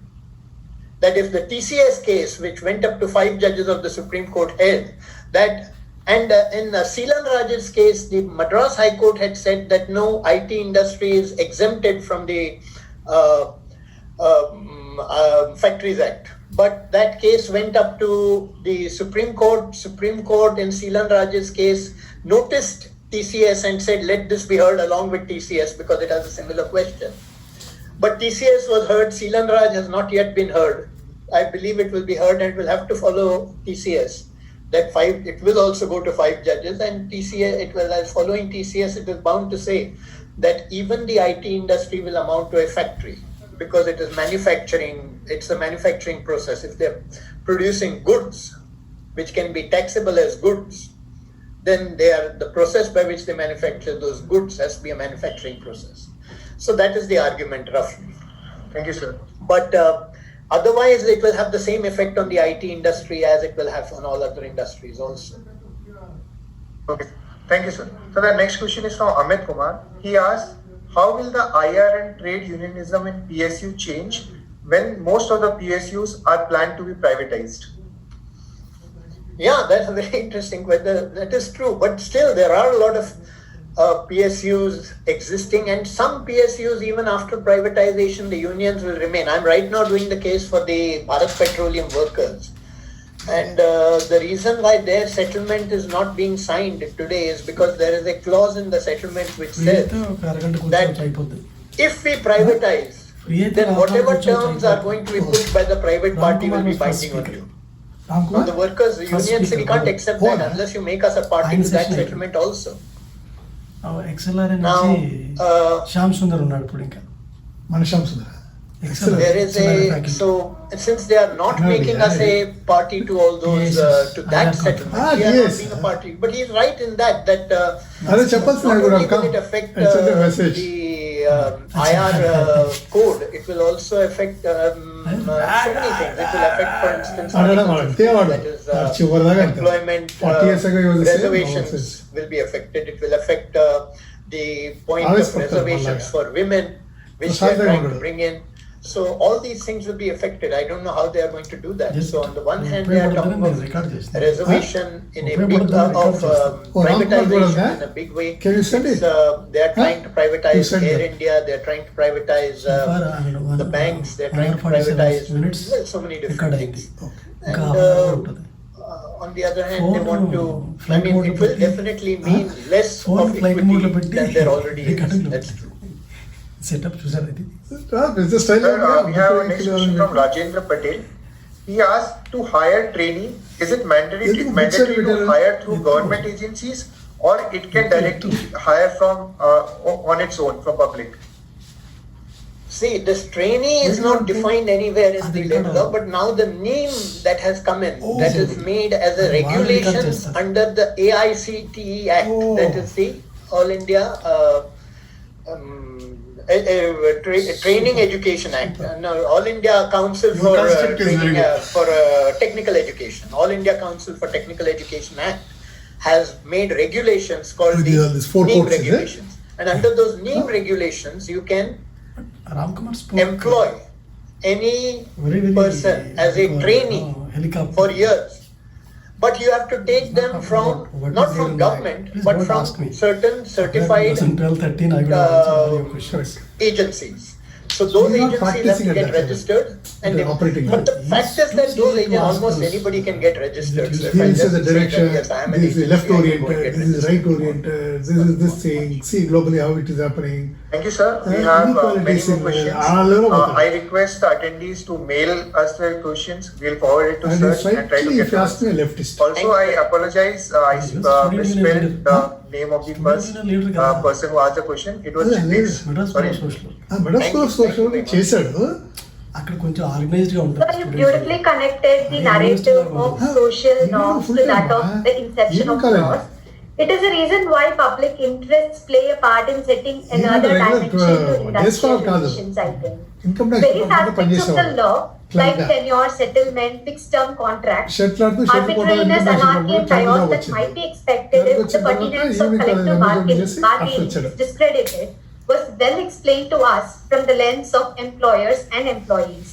Finally, a business cannot thrive without a Mr. matured Taking notes. employee-employer relationship. This will be the biggest takeaway from your speech, sir. Proper teacher. Thank you so much for your great scholar, insights, sir. researcher. Thank you once again. He's from XLR, yeah? Thank you. Very good. Our next distinguished speaker to speak on the topic, to speak on the theme is Dr. K.R. Shyamsundar. Dr. K.R. Shyamsundar is working as Professor Human Resource Management Area at the Xavier Labor Relations Institute,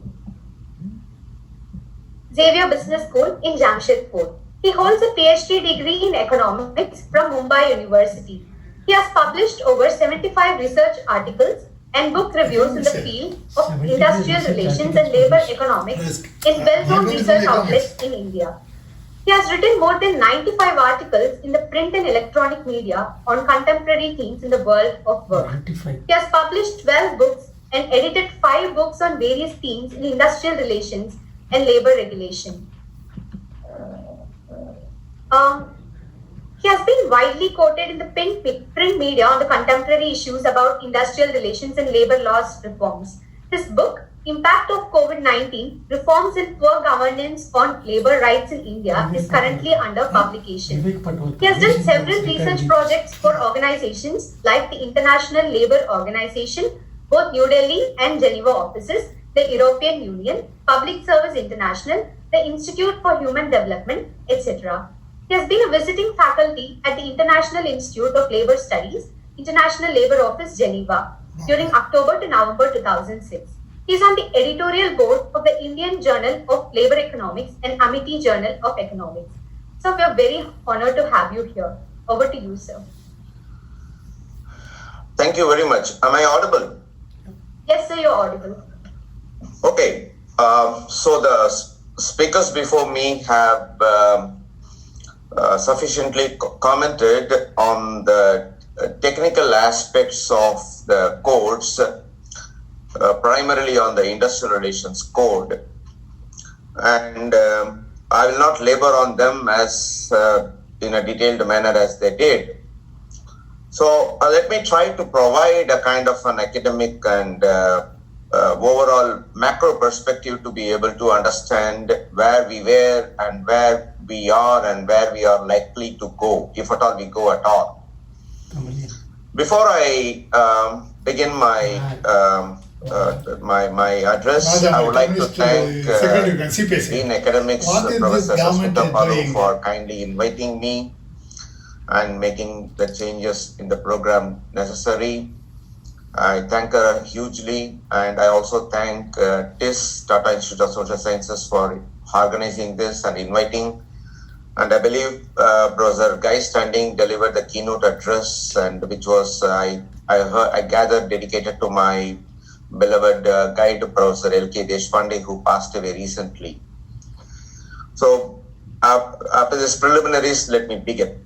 The first thing I want to say is that, the farmers have been agitating for the repeal of the farm laws on various grounds. For these 4 courts. Technically, that they did not go through the process and etc.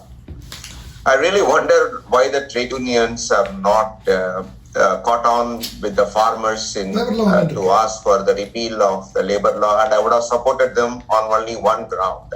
Not because it is hurting employees' interests or workers' interests. It is a badly drafted and with no sense of imagination or perspective, and absolutely horrid job. And it hurts the the historical sense of pride that people like Dr. Ambedkar and other constitutional experts brought in to draft one of the greatest constitutions of a country in India. On that sole ground, I would have asked for the repeal of these labor codes. Be that as it may be, let me come to this. Now, how do we govern industrial relations system and labor market? Broadly, there could be 2 approaches. One is the labor institutional approach, and another is the neoliberal approach.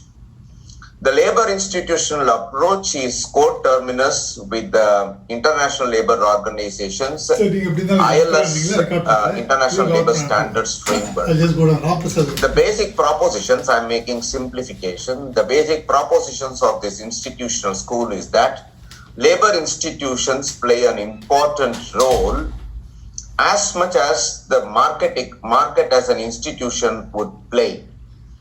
And labor institutions are necessary for orderly and efficient and equitable governance of the labor market and the industrial relation system. And the labor laws and the regulations should strengthen these labor institutions, provide them a place, facilitate their productive and fruitful role in the industrial relation system, so that the rules and regulations that emanate out of these processes become, address two important considerations, both efficiency of the firm as well as the economy, and create a fair and an equitable system. So the labor institutions ought to be supported and they cannot be weakened or diluted. So in this process, the institutionalists argue that the neoliberal approach, which basically centers on the primary or even sole role of the market, cannot deliver these things. That could be market failures, and the labor institutions can address them. And of course, we have the decent work paradigm of the ILO, the international labor instruments in terms of ILO conventions and recommendations, and of course, other paradigms like formalizing informality, and of course, the future of work on the people-centered approach.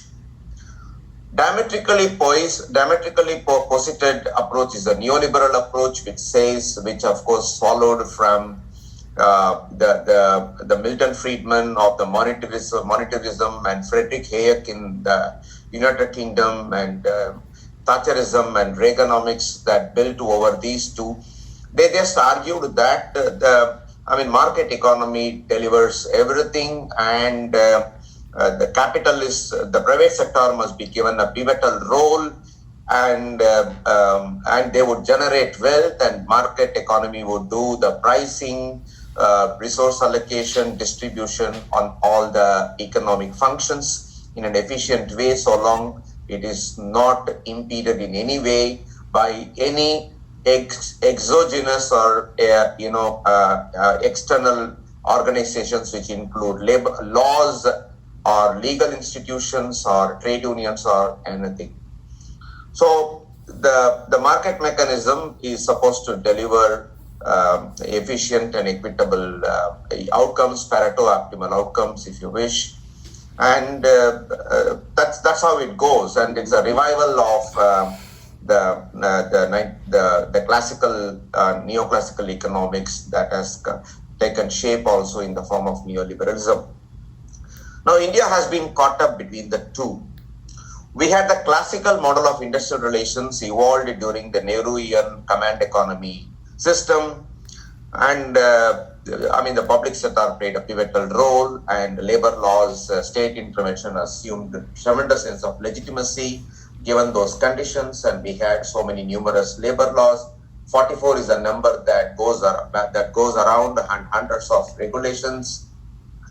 And then, of course, we had the economic crises and public sector failures, and then the economic reforms were brought in, and then the neoclassical led or neoliberal agenda of reforms of product market as well as the factor market gained prominence, and then we have this labor market reforms must be complementary to the product market reforms. But I must also tell here that the uniqueness of industrial relations as a discipline, as opposed to OB or HRM or all macro, micro OB or HRM and others, is that if I'm asked as a professor of industrial relations what distinguishes IR from other disciplines, is that in industrial relations there is a quest for social justice.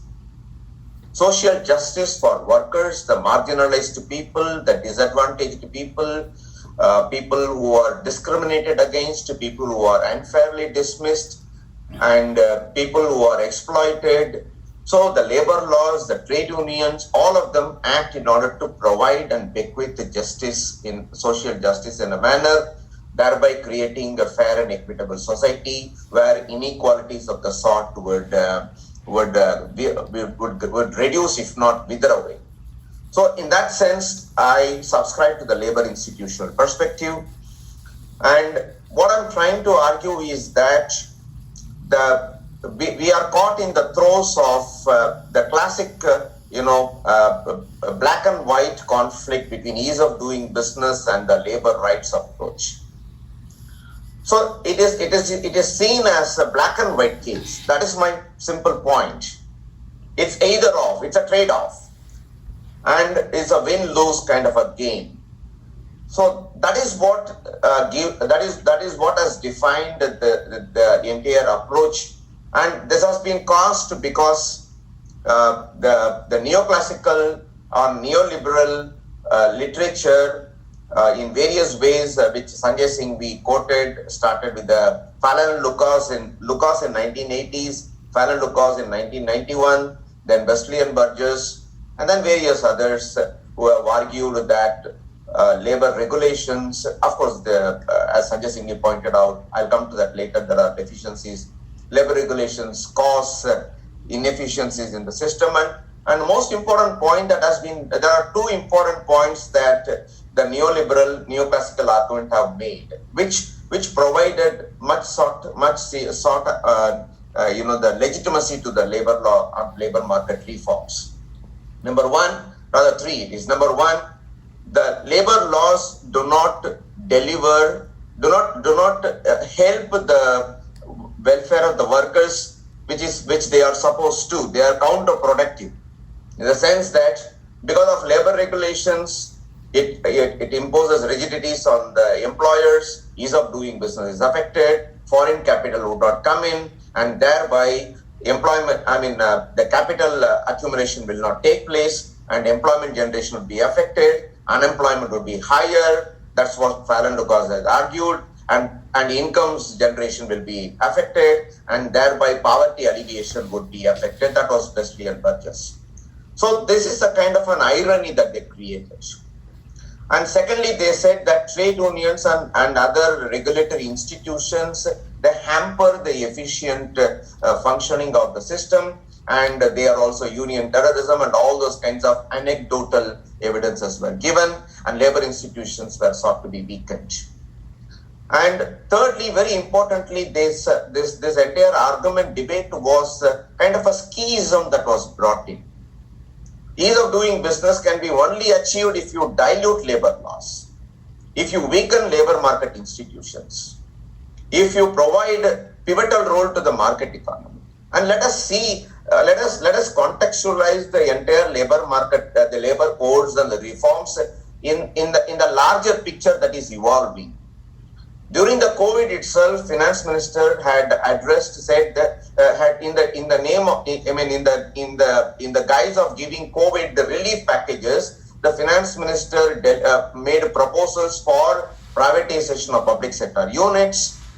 And of course, now in the budget also she spoke about privatizing a bank without naming the bank, and also the general insurance, and increasing the FDI from 49 to 74% in the insurance sector. So we are reimagining.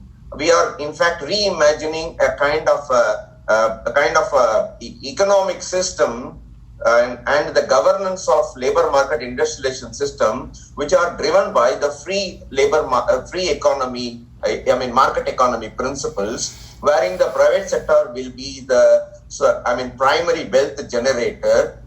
And without giving us any kind of a direction or indication, what will happen to the distribution of wealth that is created by the private sector?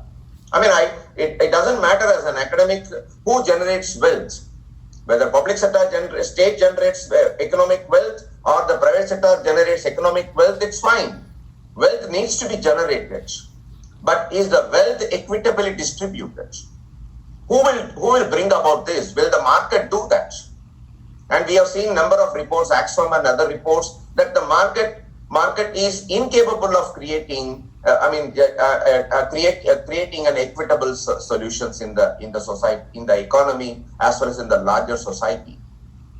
So because of various market failures, even of course state government failures also could take place. But the primary question that I'm asking is that how there will be equitable distribution of wealth that is generated.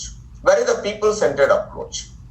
These are the questions that I would pose when we analyze the labor codes. There could be nitty-gritties. I mean, whether Chapter 5B is all right, whether the right closures or employers should have the right to have closures. All those debates can take place. But let us look at the larger picture. What kind of a governance structure? What kind of an economy that we are trying to recreate, reimagine, and repossess? And let us not forget the economic history. The failures that visited during the 1933 or in the 1980s or in the late 90s and the early 2000s or in the 2009-10 financial recession, financial crisis, and so on and so forth. So despite all the failures, still the government is not able to create a sense of balance. So the entire labor codes, I find there is no sense of balance in the entire scheme of things. For example, one would say that okay, minimum wages has been universalized. Well, that is fine. The last worker standing will get the minimum wages. And earlier it was scheduled employment approach. Now it is a universal approach. But then the question that we need to ask is that, is this symbolic or is this practically achievable one? Minimum wages play an important role in reducing income inequalities in the society by preventing the exploitation wage of the workers. Is an enforcement machinery equipped to ensure that the last worker standing would get the minimum wages? And what kind of minimum wages? Is it floor level minimum wages? Wage code was notified in 2019. Enacted in 2019. The wage code rules have not been notified so far, and now, of course, the minimum wage board, advisory board, has been constituted. Does it take 2 years for the government to do what it is supposed to do? Now, second question we ask: universalization of social security. Is there a universalization of social security? Now, the question is that what about the social security fund? The law is very silent on the social security fund, excepting to say that there shall be a social security fund. But where are the mechanics of social security fund? Who are the agencies who will contribute? Central government may contribute, state government may contribute, and from the CSR funds they will contribute. But what is the rate of contribution? If one went through the national report of the National Commission for Enterprises in the Unorganized Sector, the law gave a clear picture, concrete picture of the contributions. So, I'm not impressed on the universalization of minimum wage law. Fine, but what about its achievable reality? Social security universalization universal social security is fine, but where are the mechanics? And okay, Chapter 5B has hindered. Let us assume for the time being that Chapter 5B has played the devil. Now, I would also welcome Chapter 5B to be demolished, abolished completely. 300, 100,000. I'm not bothered about the numbers. But do we have an unemployment insurance, unemployment allowance scheme in place? The Social Security Code, following the International Convention on Social Security, has given 8 components of Social Security. But it has in the Social Security Code, there is no mention of unemployment allowance or insurance. And when the Ministry of Labour went to the Parliamentary Standing Committee, they said that the unemployment insurance provided for in the ESI Act will take care of the organized sector, and the social security for benefits that are given for the unorganized sector will take care of the exigencies in the unorganized sector. This is the kind of argument that the state should give. So to me, it is the abdication of legislative responsibility of the state, which is far more bothering than the nitty-gritties. Whether whether it should be 300 or 100 or 1,000. Where is the larger picture? Should the state not have put in place an unemployment allowance insurance scheme? Or and of course they made it from 100 to 300, but made unemployment the severance pay at 15 days. Some of the state labor laws like Rajasthan gave 60 days of severance pay and reskilling. And the labor codes and others, they do not address the major issue of how do you create employability? Okay, people have argued that we should move from employment to employability. Fine, I am agreeable with that. But do the labor laws address the issue of employability? Reskilling fund is just a measly payment of 15 days, and it will go to the government. And Dr. Krishnamurthy has spoken of what had happened to the cess under the BOCW Act. So what I'm trying to say is that the labor codes, they did not have a kind of a philosophy. The Nehruvian time, the labor laws, they had a philosophy. They had a perspective that there is a power imbalance in the system, and both, according to Rudolph and Rudolph, both capital and labor as pressure groups, they did not evolve and mature. So the state should step in and play a godfatherly role, and that it should guide industrial development. It should provide for empowerment of the workers and provide the labor welfare, and thereby social justice will prevail. And constitution was very important, and the judiciary acted. Whether it is the system, whether the output of the system is bad or not, the philosophy was good. So, but here we don't have a philosophy. We don't have a perspective. It's just blind ease of doing business. Rajasthan, 100 to 300 has been done. Contract labor law has been amended. What has happened is that the proportion of contract workers in Rajasthan has improved, has increased tremendously, substantially. And we don't have much data to support FDI has poured in floods to Rajasthan. No, the government is not able to tell us these are the propositions, this is the evidence, so this is the labor market reform.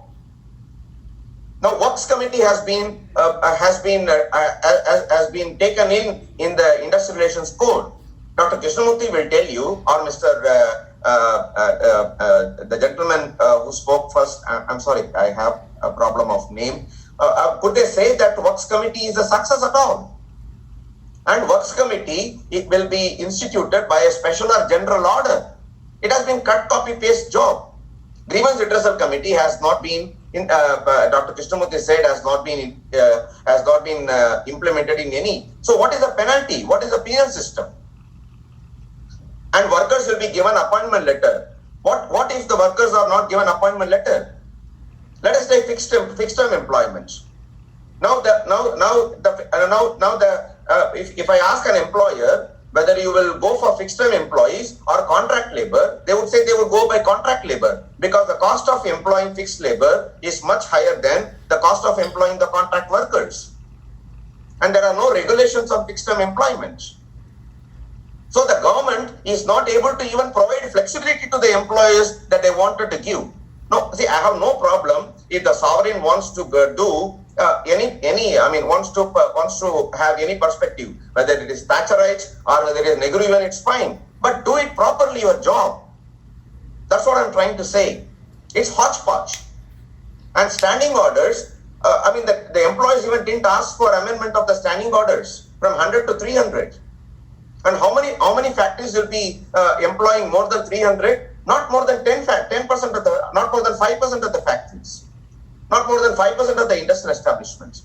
According to economic census, 99% of the establishments employ employ less than 10 workers. So, what is going to happen? And why did Industrial Employment Standing Orders Act come into the picture?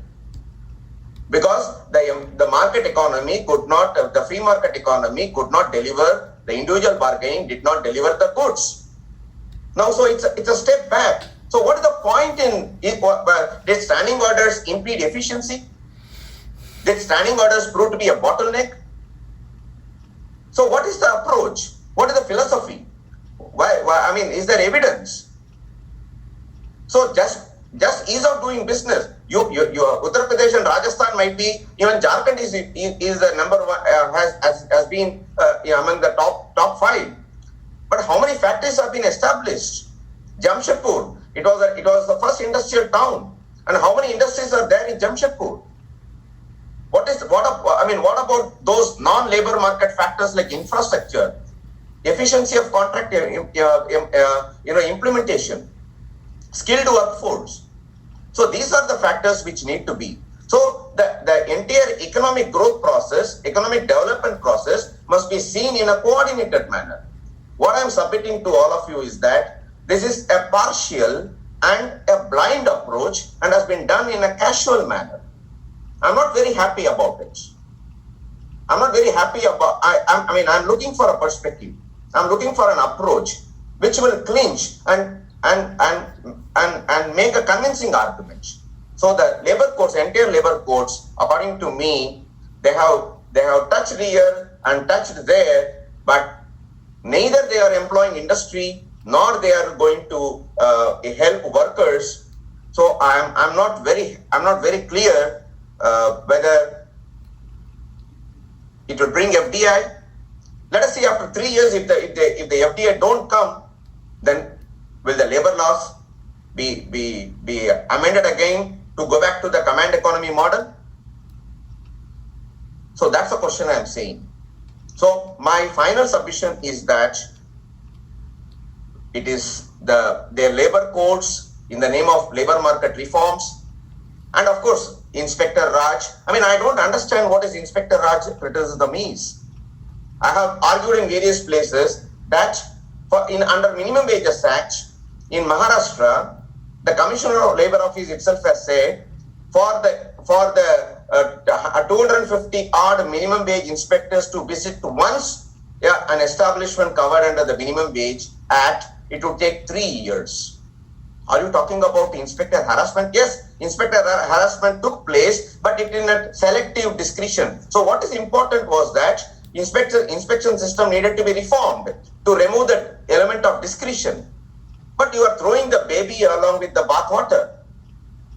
So there is no enforcement system, there is no social dialogue, there is no perspective, and labor market reforms have taken place. So I would end by saying that this entire labor market reforms have been carried out without, they are not based on scientific evidence, clinching evidence, and they have been done in a shoddy manner. And in my view, it may not even serve. I would be happy if it serves the interests of capital predominantly so that economic wealth will be created. Then state could think of redistributing, but I'm doubtful of it. Of course, workers' welfare is not being addressed adequately unless there is enforcement system. Labor laws have no place. Thank you very much. So we have a lot of questions from the audience, and I can just ask the first question now. HR means development, IR means peace. Do you think in this vulnerable, uncertain, complex and ambiguous period, IR will get more importance than HR? That is the first question, sir. You see, I'm not getting into IR, HR disciplinary